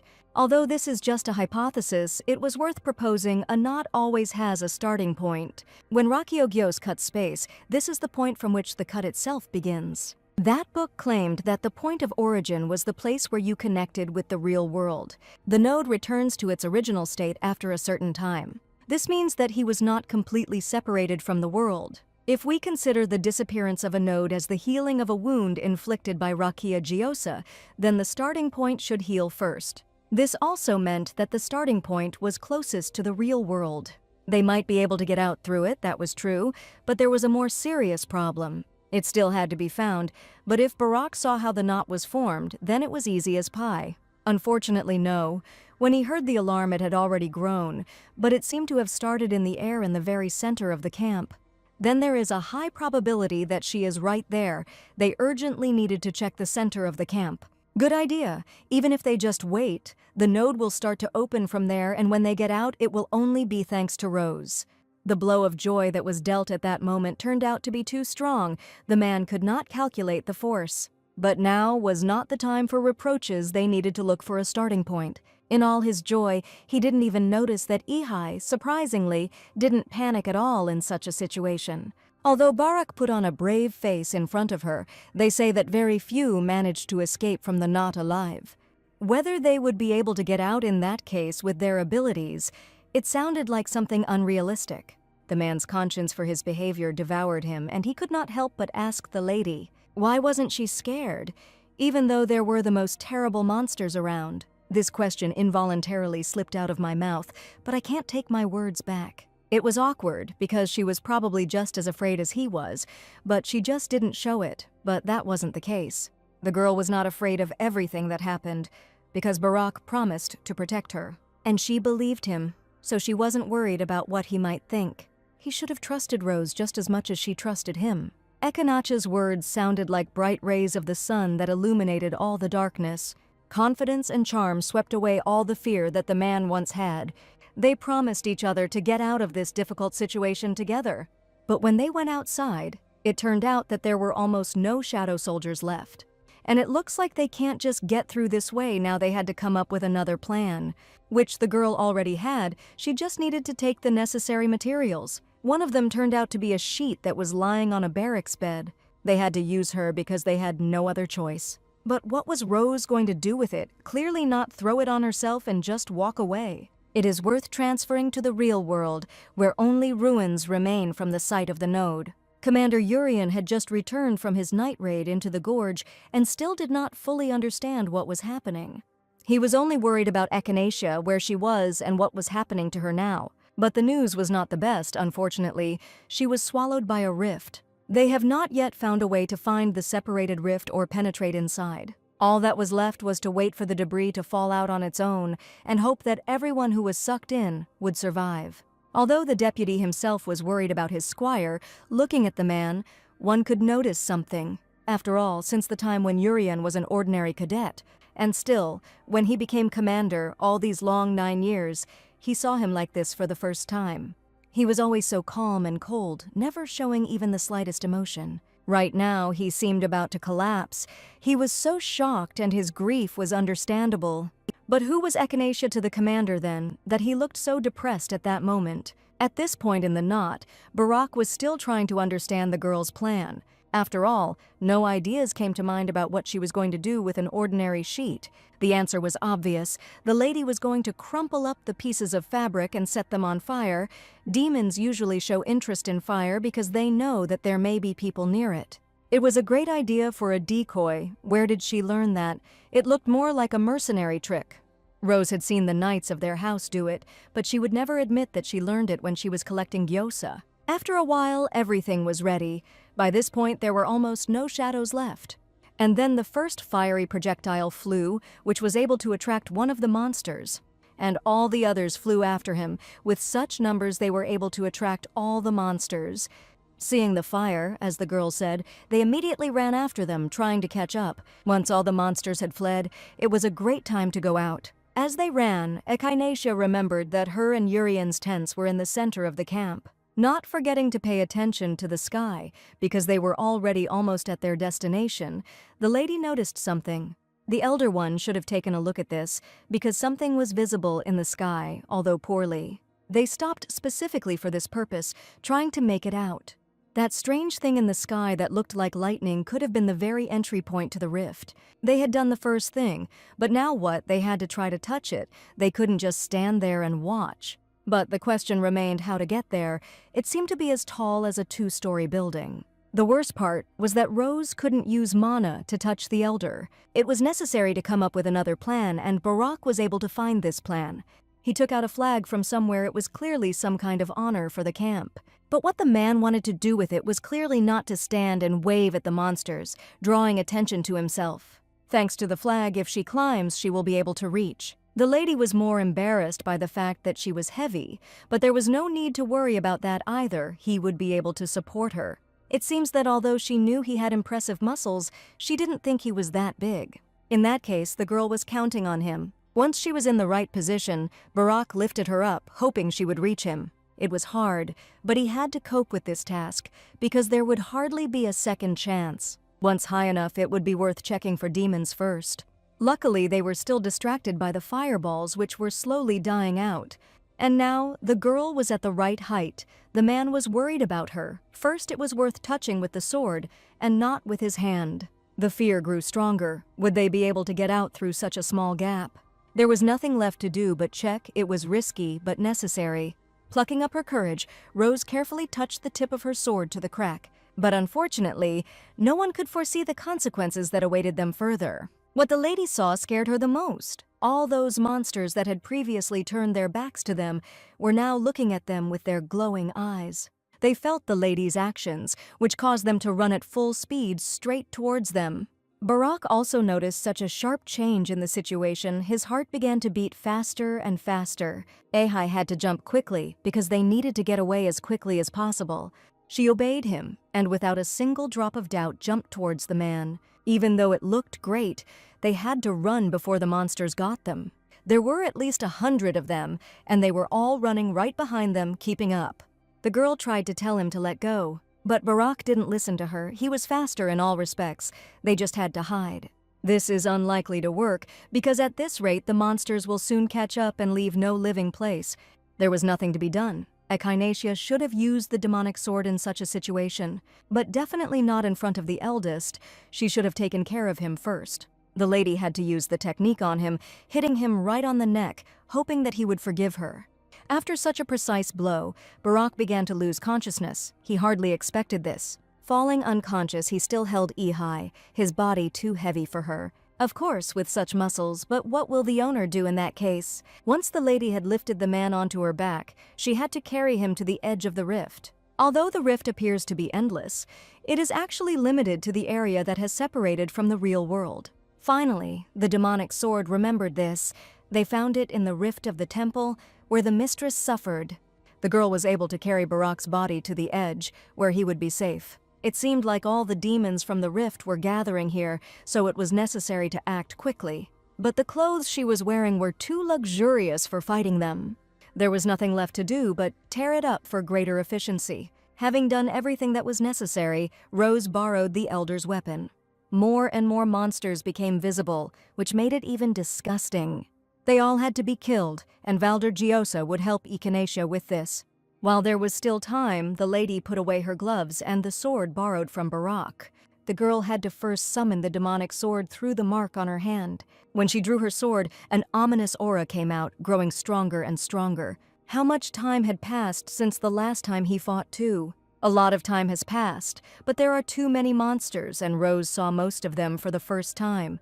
She took it out with the purpose of making him use his abilities, but in that case, would it be possible for him to use her entire body? But no way, the damned sword can only be used with the left hand, as always. That was also not bad, at least something after a long time. It must have been a bit of a bummer to lose control of half your body, and even more so, as the curse creeps through the veins and wants to destroy the body. The monsters were getting closer and closer and had almost reached Echinacea. It was time to start.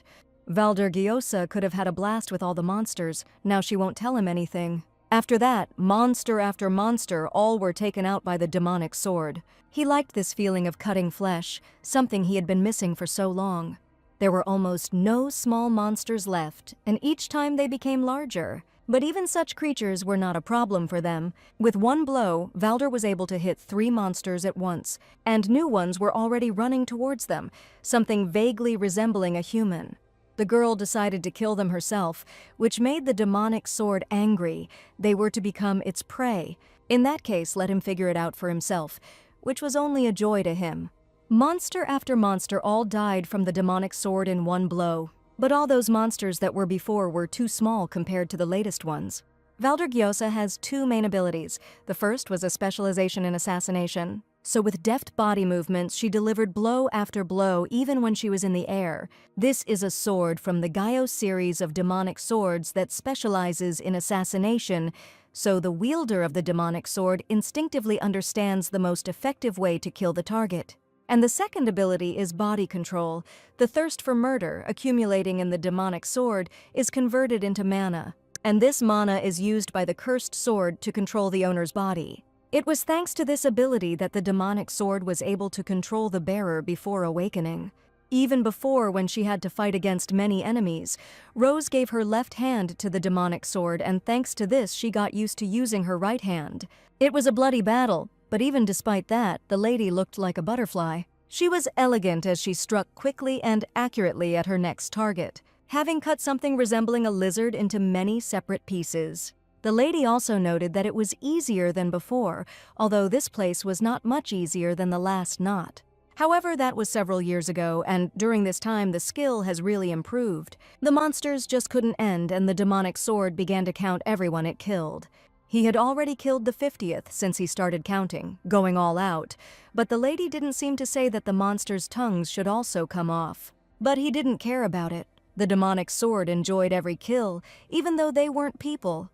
The battle had not yet ended when Barack was able to come back to his senses. But when he opened his eyes, he was not at all in the place where he fell. Because the man couldn't find Ihai, he thought that those monsters had caught up with them after all.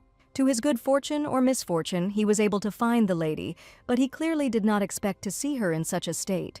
How the girl confidently fought with all those monsters that were catching up with them. It was a beautiful sight to behold, for she still looked graceful during the fight. Only after some time the elder was able to see something strange.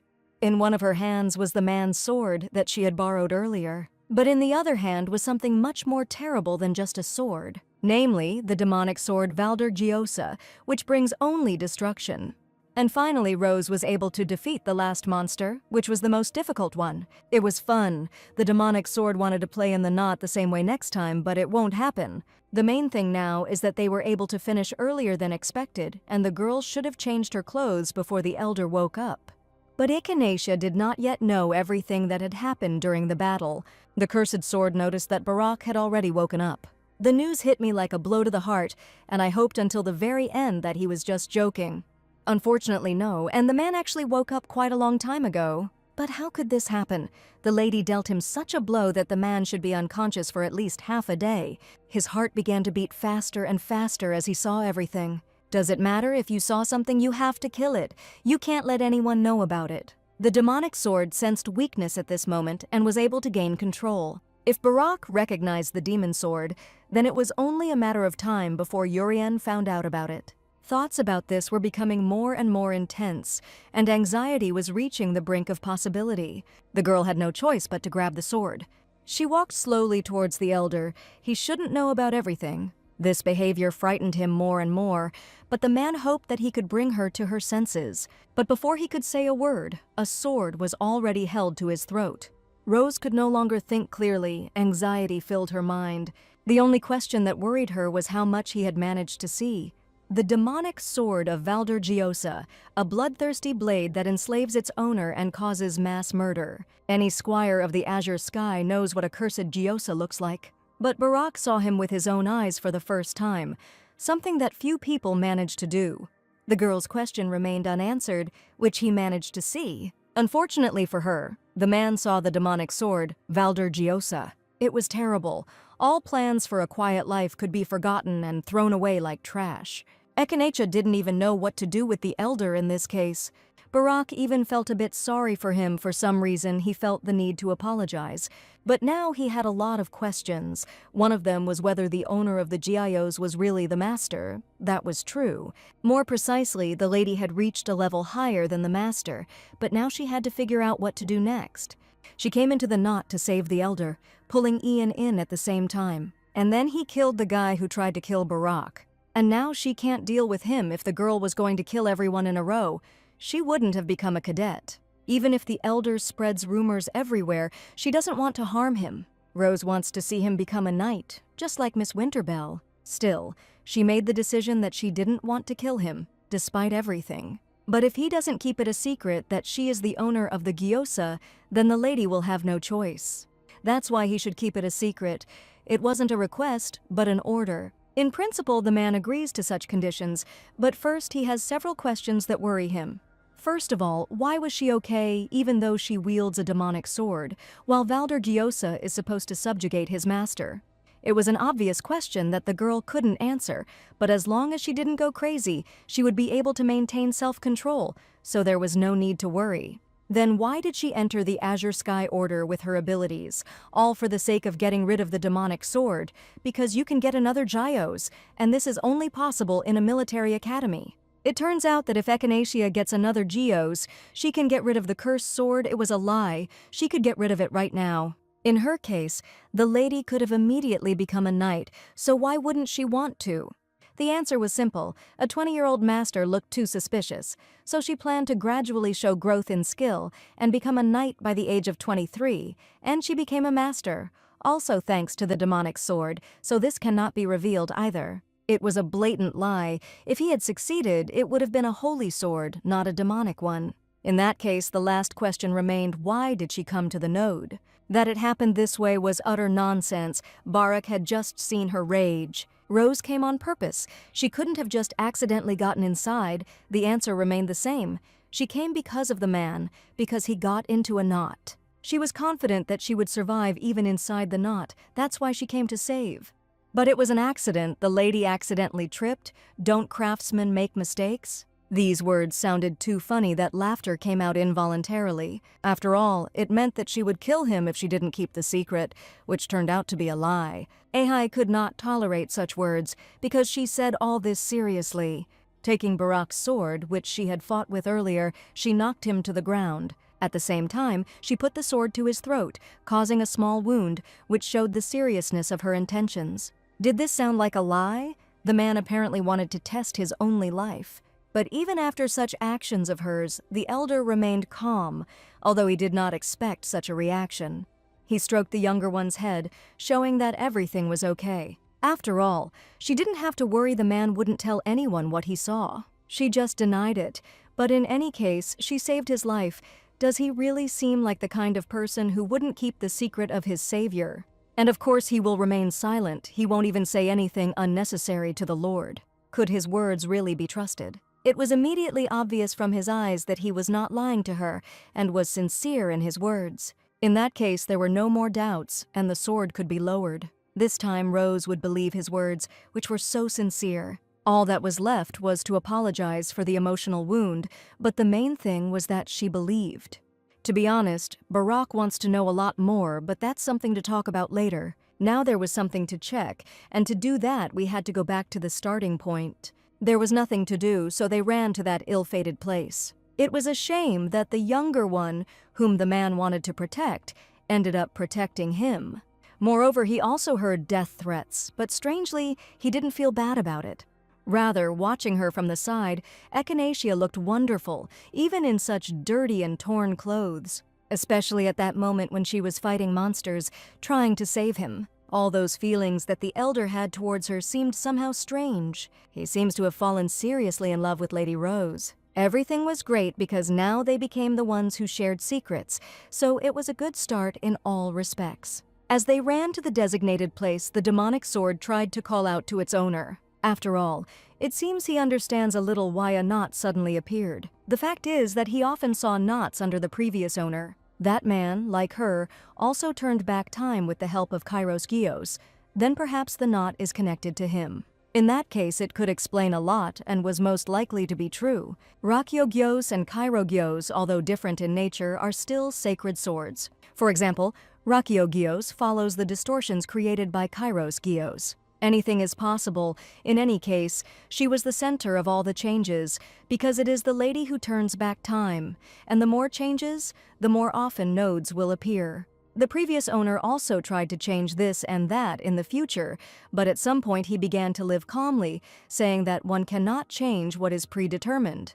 Now the demon sword understood that it was because of the nodes. The more he changed, the more often cracks appeared nearby. Although the sword itself did not know for sure, all these were just guesses that were closest to reality. Well, okay. At least now the girl roughly understood the reason for its occurrence. Now it was worth thinking only about how to get out of here. Finally, they reached the center of the camp where the starting point was. But what now? The answer is simple. Rose wants to hit her again. After all, she killed all the monsters that were here, and there was no more danger. Will this help? It should, because in essence, the demons inside the node are an anomalous phenomenon created by it itself. Simply put, they're not real, and judging by how all the demons focused when she hit the starting point, it really is the node's weak point. Also, this space is created by gyos, so if you hit with the same gyos. Before she could finish her thoughts, Echinacea finally saw her reflection in one of the pools of blood. She urgently needed a mirror, which was probably supposed to be in the barracks. If she goes out like this, everyone will see the lady like this, all covered in monster blood and with a ruined dress. She was so diligently creating an image that was the opposite of the evil demon from the sword that if Urian was outside, luckily for her, there had to be a mirror. Perhaps it was in a drawer in the man's barracks. The demonic sword was pleased to remember the old days because the girl looked almost the same as she did then. The elder came to check on the lady, also reporting that the flask for washing was in the neighboring barracks. But there was another problem besides the demonic blood on her body. She needed to change her clothes. Maybe then Barak could lend hers, but imagining how she would look in it, that option wasn't suitable. For her information, Sir Teresa's barracks was also nearby. There might be spare clothes there that would be larger in size than his. There really was some spare clothes in Teresa's tent, which was good news. Finally, the girl could change into clean clothes and wash off all the dirt. I'll have to borrow a little stuff and hope Teresa understands. After a while, everything was ready, but doesn't Rose look strange in such an unusual outfit for her? The lady looked pretty and very good. But before they go out, they should agree on a story to avoid confusion. I'll have to hide everything, which was difficult, but the rest can be told as it is, and they'll say about the demons that they were on the level of ghouls. But why do this in order for no one to suspect them? They will simply say that the two of them dealt with the demons and held out until the node disappeared. It was reasonable, so they would do as she said, to hide the fact that Echinacia was the owner of the Hyos. At the same time, she said that Ian also got inside, and since it was still quiet, maybe the demons killed him. This bastard! If he manages to get out alive, Barak will definitely not spare him. In any case, it would become clear when they left the node. Now it was possible to go to the starting point.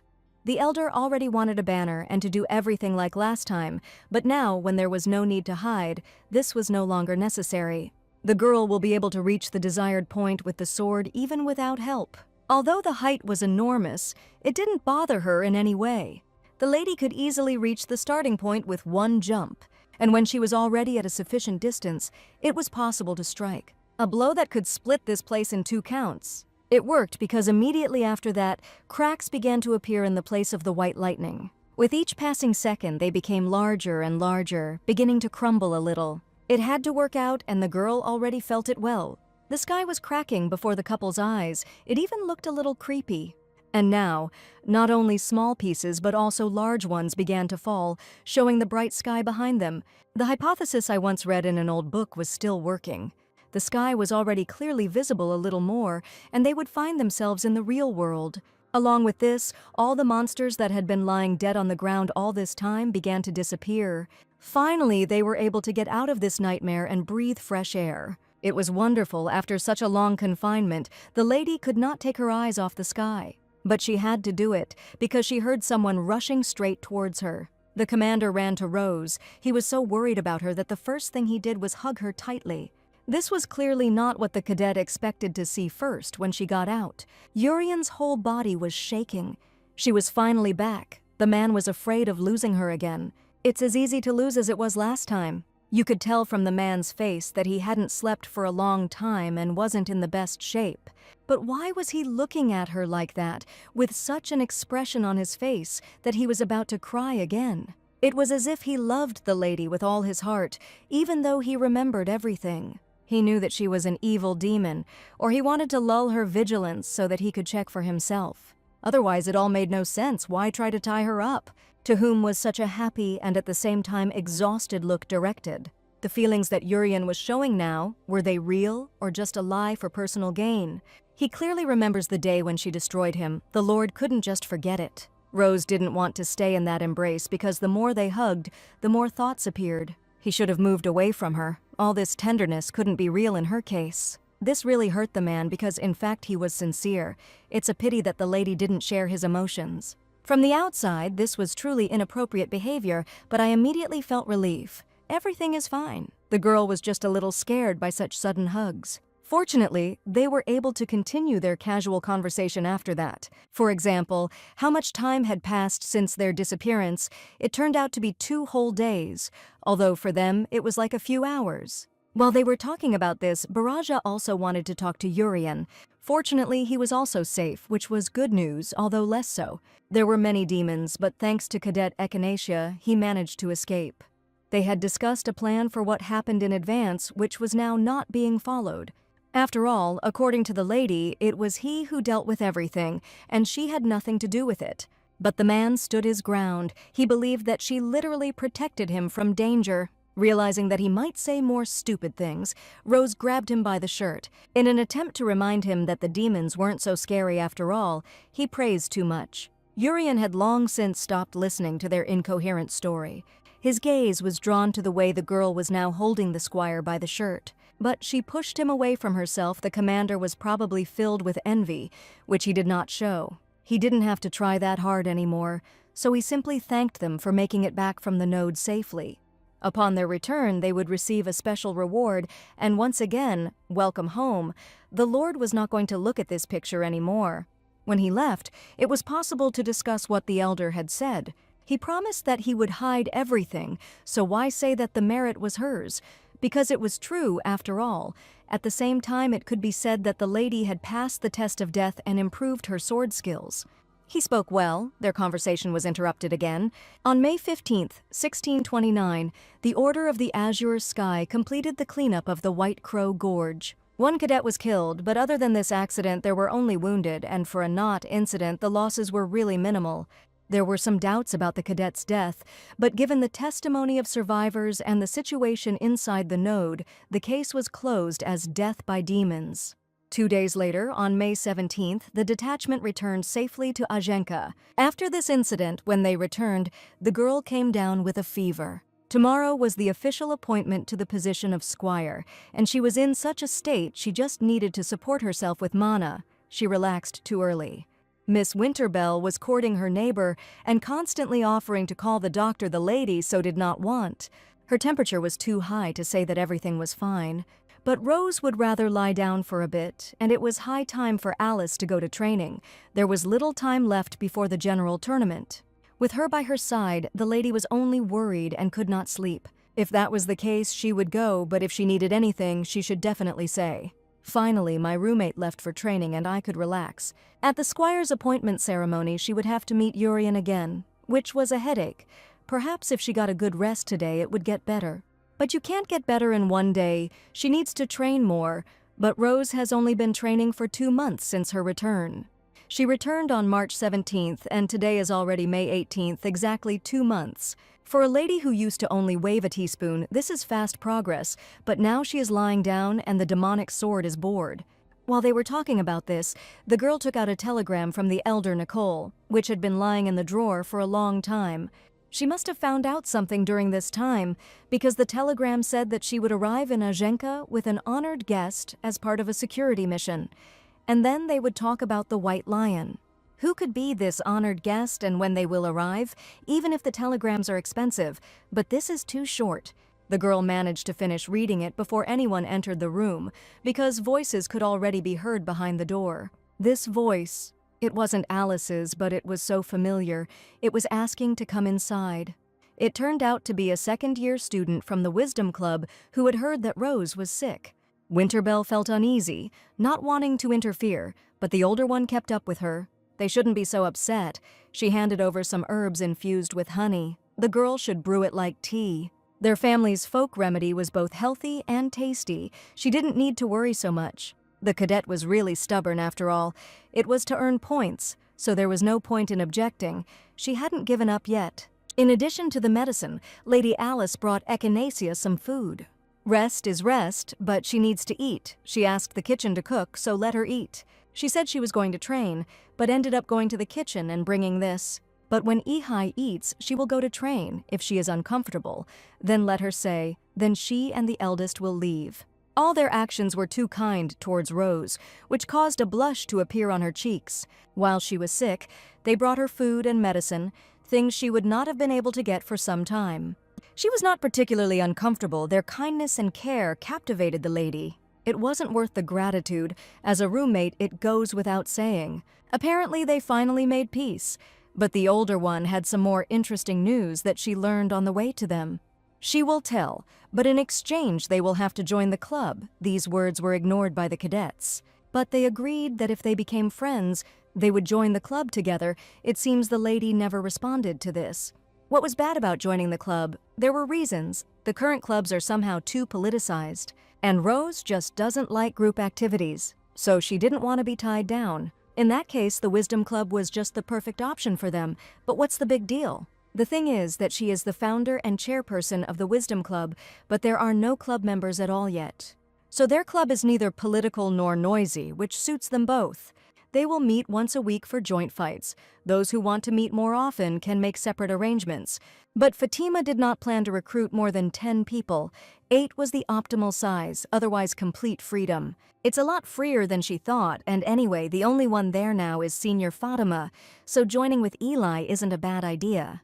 There was no group discipline to be followed, and Rose liked how she ignored the strange rumors. And the growth of skill will not look like independent achievements, but as a result of participation in the club. In that case, the answer from both sides was more than obvious.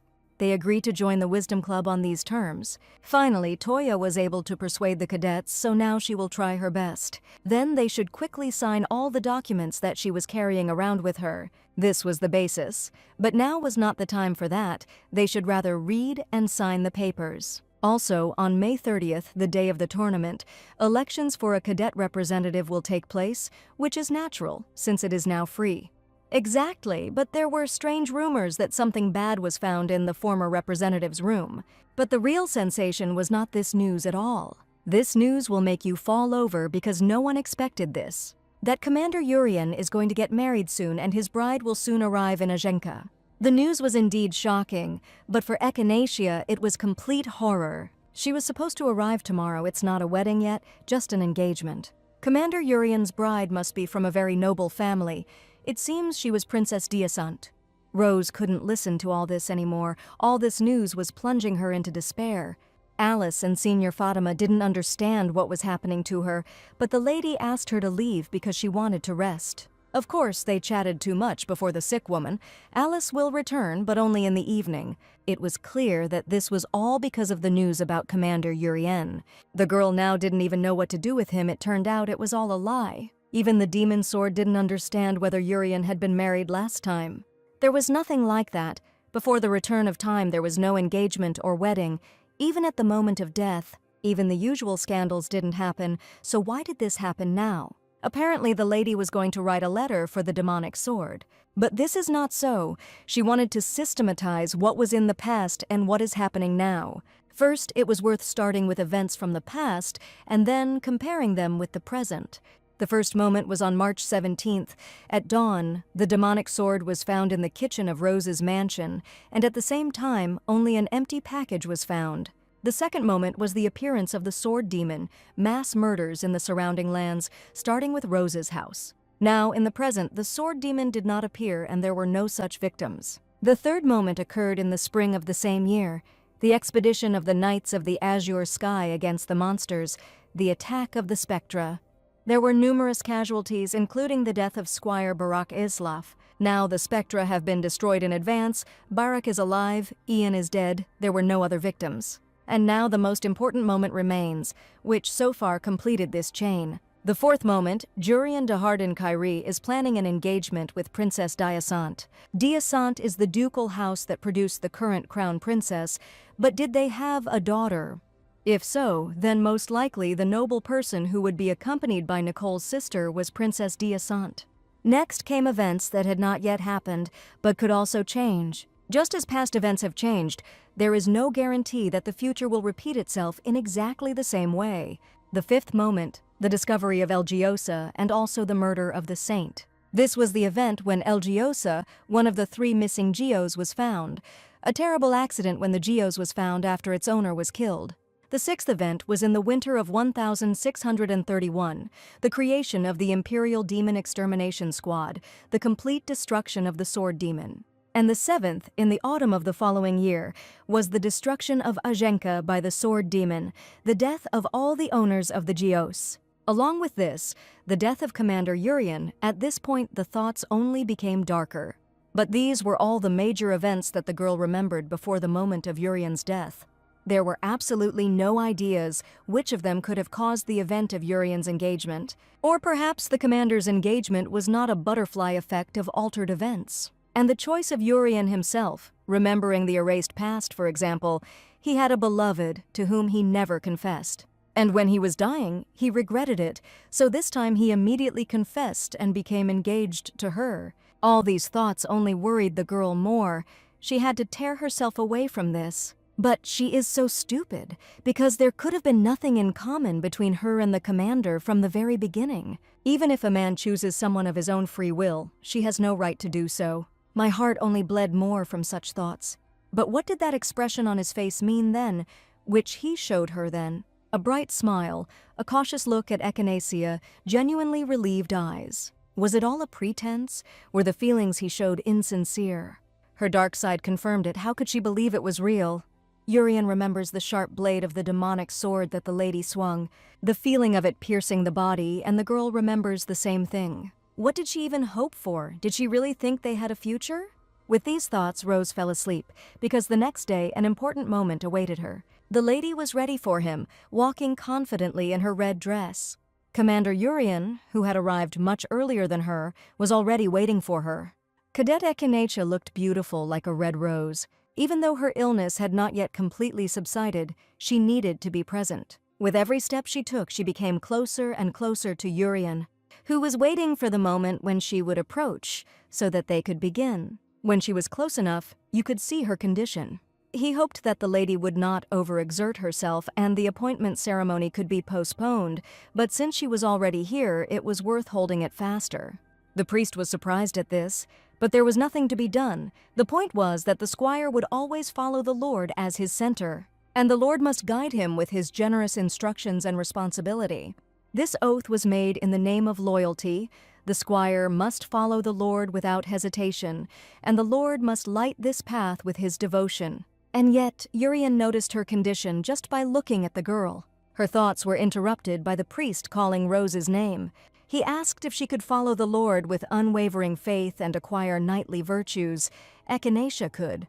Then the knight Urian de Harden Kyrie, whether he could generously give all the best to lead the squire to the knightly path. The answer was also positive.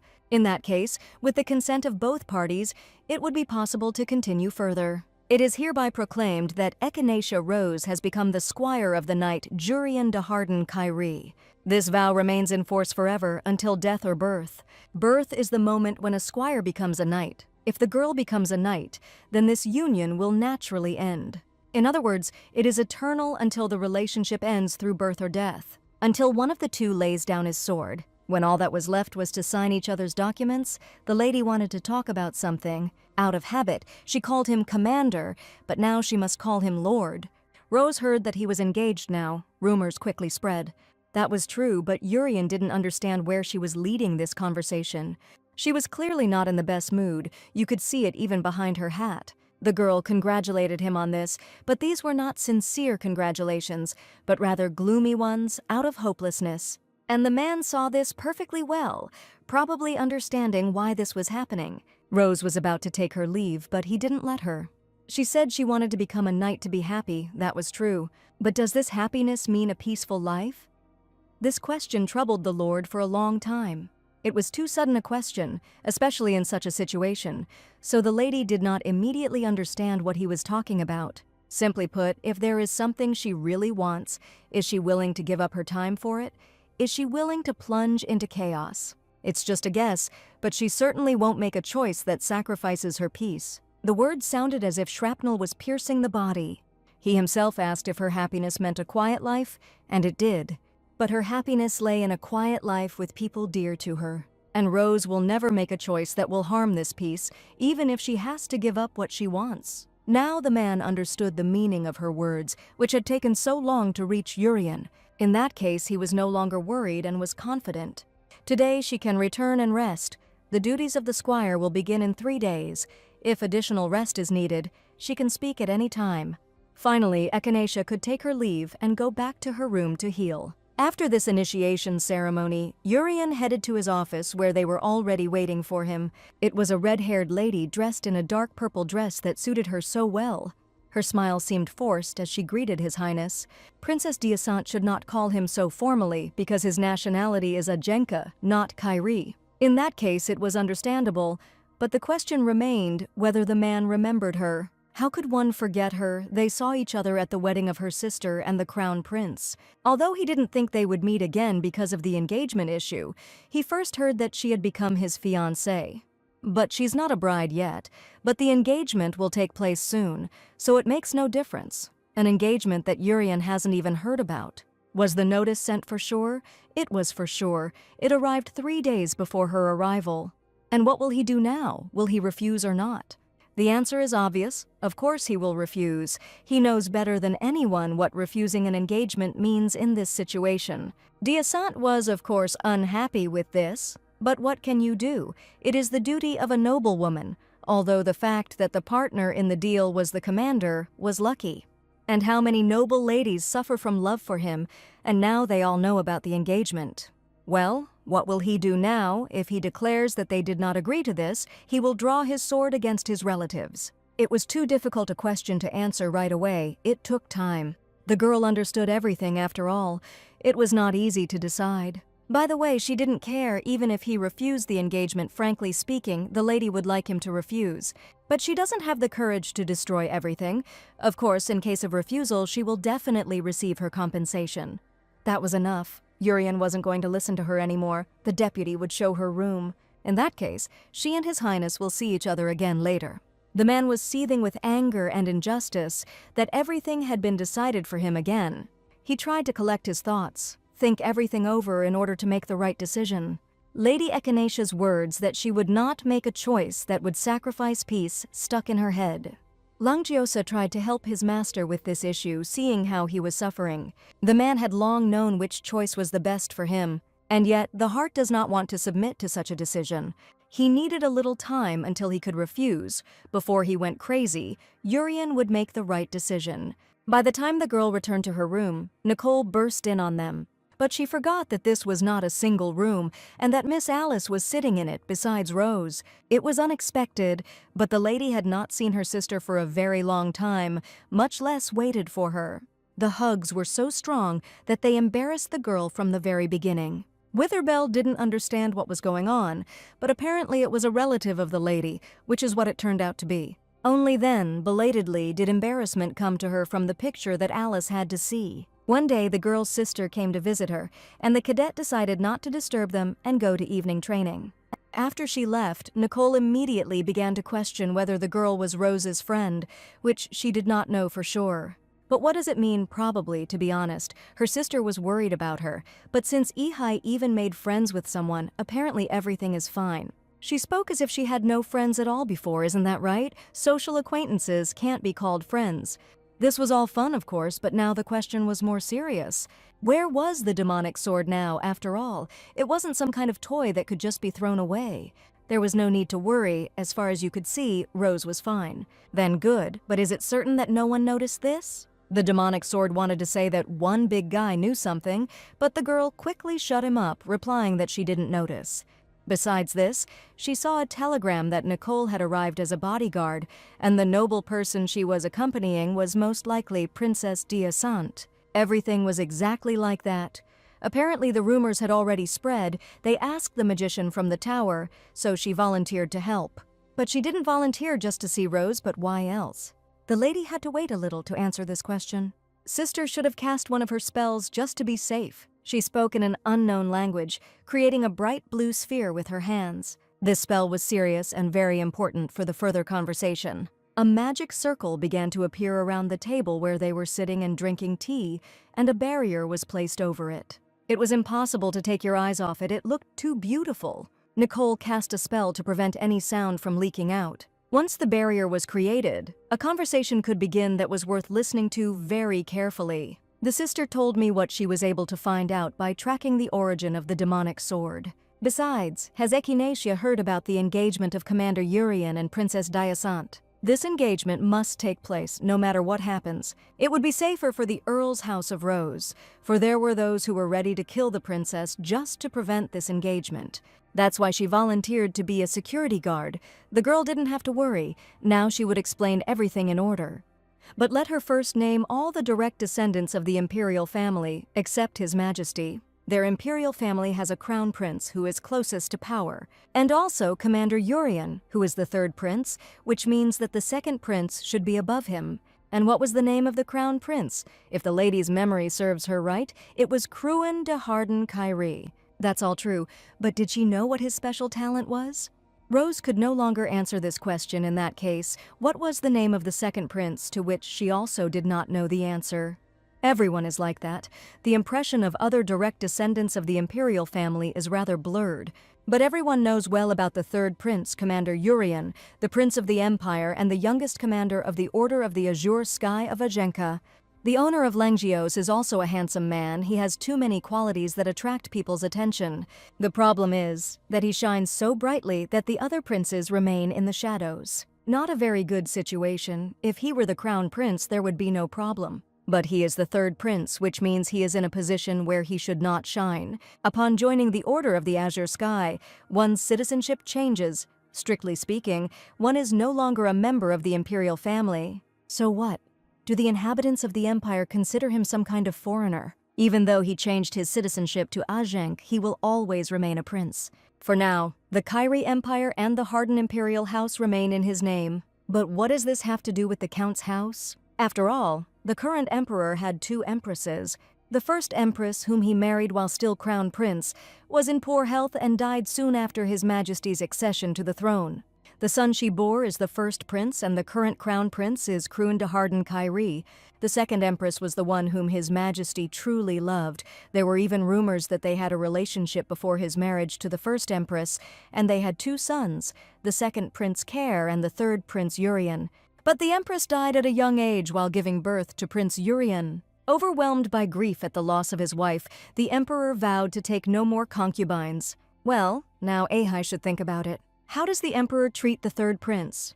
The beloved empress died giving birth to this child, and His Majesty no longer needed sons. Of course, Nicole didn't know all the details of palace affairs, but she knew for sure that His Majesty did not like Commander Urian, and most likely even hated him. How is this possible? He is the son of his beloved wife. This was precisely the irony and the problem. A child who was born at the cost of the life of the most precious woman. It was a very cruel story, with not the best continuation. In any case, the current situation of succession to the throne is quite complicated. There is a fierce struggle for the throne. First of all, His Highness the Crown Prince. He is the eldest son, so he has all the grounds, plus both his mother and wife are from influential families. No weak points. But most of all, His Majesty the Emperor favors the second prince, the son of the second empress. In terms of influence, the Crown Prince is ahead, but His Majesty openly supports the second prince. Because of this, their forces eventually became equal, and they eventually had to rely on popular support. But in fact, the prince praised by the people of the empire was Commander Urian. That's right. From the prince's point of view, Commander Urian is a common enemy. In her past life, Rose was completely unaware of these behind-the-scenes affairs, and who ultimately became emperor before her return. It was obvious that Commander Urian was in a difficult situation. It would be better if he remained an invisible prince. Too much talent often becomes a curse. So, the commander chose Ajenka because he didn't want to get involved in the fight. That's not true. They say that the commander was too outstanding from childhood. No matter what he studied, the other princes could not keep up with him at all. Then, His Majesty the Emperor, dissatisfied with Urian, sent him, as if into exile, to Ajenka. This means that he did not go there of his own free will. Outwardly, it looked like a voluntary decision. But it is impossible to kill or exile an innocent prince, so under the pretext of his outstanding talent for fencing, he was banished to Ajenka. And as a result, he became the master and owner of the Geos. They wanted to hide it out of sight, but he grew up simply dazzling. And the emperor and the other princes are probably now beside themselves after this. Echinacha didn't know about this at all, because she remembers a completely different Urian. He was always a noble and shining man, even if there was misfortune in his life. She thought the only thing was that he got involved with the lady who was the demon of the cursed sword. That was it. The background was over. Now it was time to move on to the main point. Why the demonic sword was heading towards the Rose Count's house was what they needed to figure out now. And unfortunately, the criminal has not yet been found. No one can be named for sure. Besides, even if they figure it out, it's not an opponent they can handle. If the Imperial family was behind all these atrocities, unfortunately, this was the case and nothing could be done about it. But there are three main candidates, such as His Majesty the Emperor. Also, the forces of the Second Prince and the forces of the Crown Prince, perhaps even all three, were acting in concert. The Demon Sword incident was a plot against Commander Urian from the very beginning. Rose found herself caught in the middle of it, but more details were needed. Of course, Nicole didn't know how the Imperial family got their hands on the Demon Sword, but they definitely wanted to put on a show by sacrificing Rose. If a victim possessed by a cursed sword were to emerge from Rose's house, the puppeteers who knew about it in advance would step in and deal with the situation. Saying that the owner of the Gyoza was nonsense to them was because they could have dealt with the demonic sword that the Azure Sky Knights had missed. This is how they wanted to show themselves, without knowing who exactly they wanted to elevate with this performance. From this monstrous story, only hatred flowed through Echinaceia's veins. After all, because of some political games, their house was used as a sacrifice. But why exactly them is a question that everyone who hears will ask. Because Rose's house was comfortable and suitable for the whole performance. No connections in political circles, not particularly influential or wealthy nobles. There are people with talent for swordsmanship, but there is no danger of the demonic sword becoming too powerful. It was all complete nonsense. The girl remembered every moment of how it ended. An ominous aura completely enveloped her consciousness, and in her thoughts, there remained only one thing: revenge for what had been done. Even the demonic sword was surprised at how angry she was. She had a murderous aura, which was simply amazing for him. After all, it would only be to his advantage. If this continues, it will be difficult to restrain himself.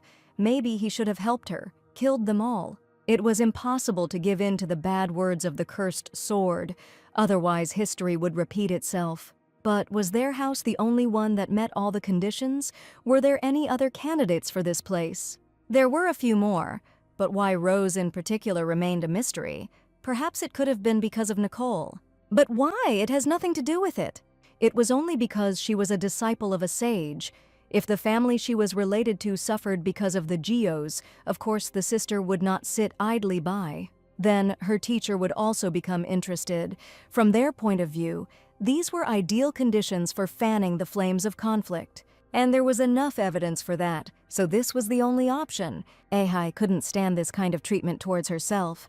Nicole shouldn't blame herself for this. If the Tower of Magicians becomes interested, then the truth could be revealed. Why would they take such a risk? Even if you look at it now, an ordinary student followed and eventually found the trail. So Rose was chosen for some other reason. Finally, the puzzle was coming together until the return, when the Empire excluded the Azure Sky Knights and formed its own squad to suppress. Who would gain popular support and take the next throne? All of these were political games for power. If she had not been a genius once in 1,000 years, the Imperial family's performance would have been a success.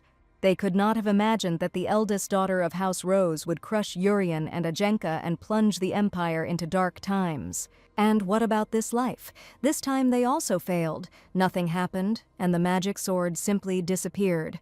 Then the puppeteers? How did they react to this variable? But still, what did the engagement of Commander Urian and Princess Dasant have to do with the House of Rose? The thing is, those who sent the demon sword suspect Rose.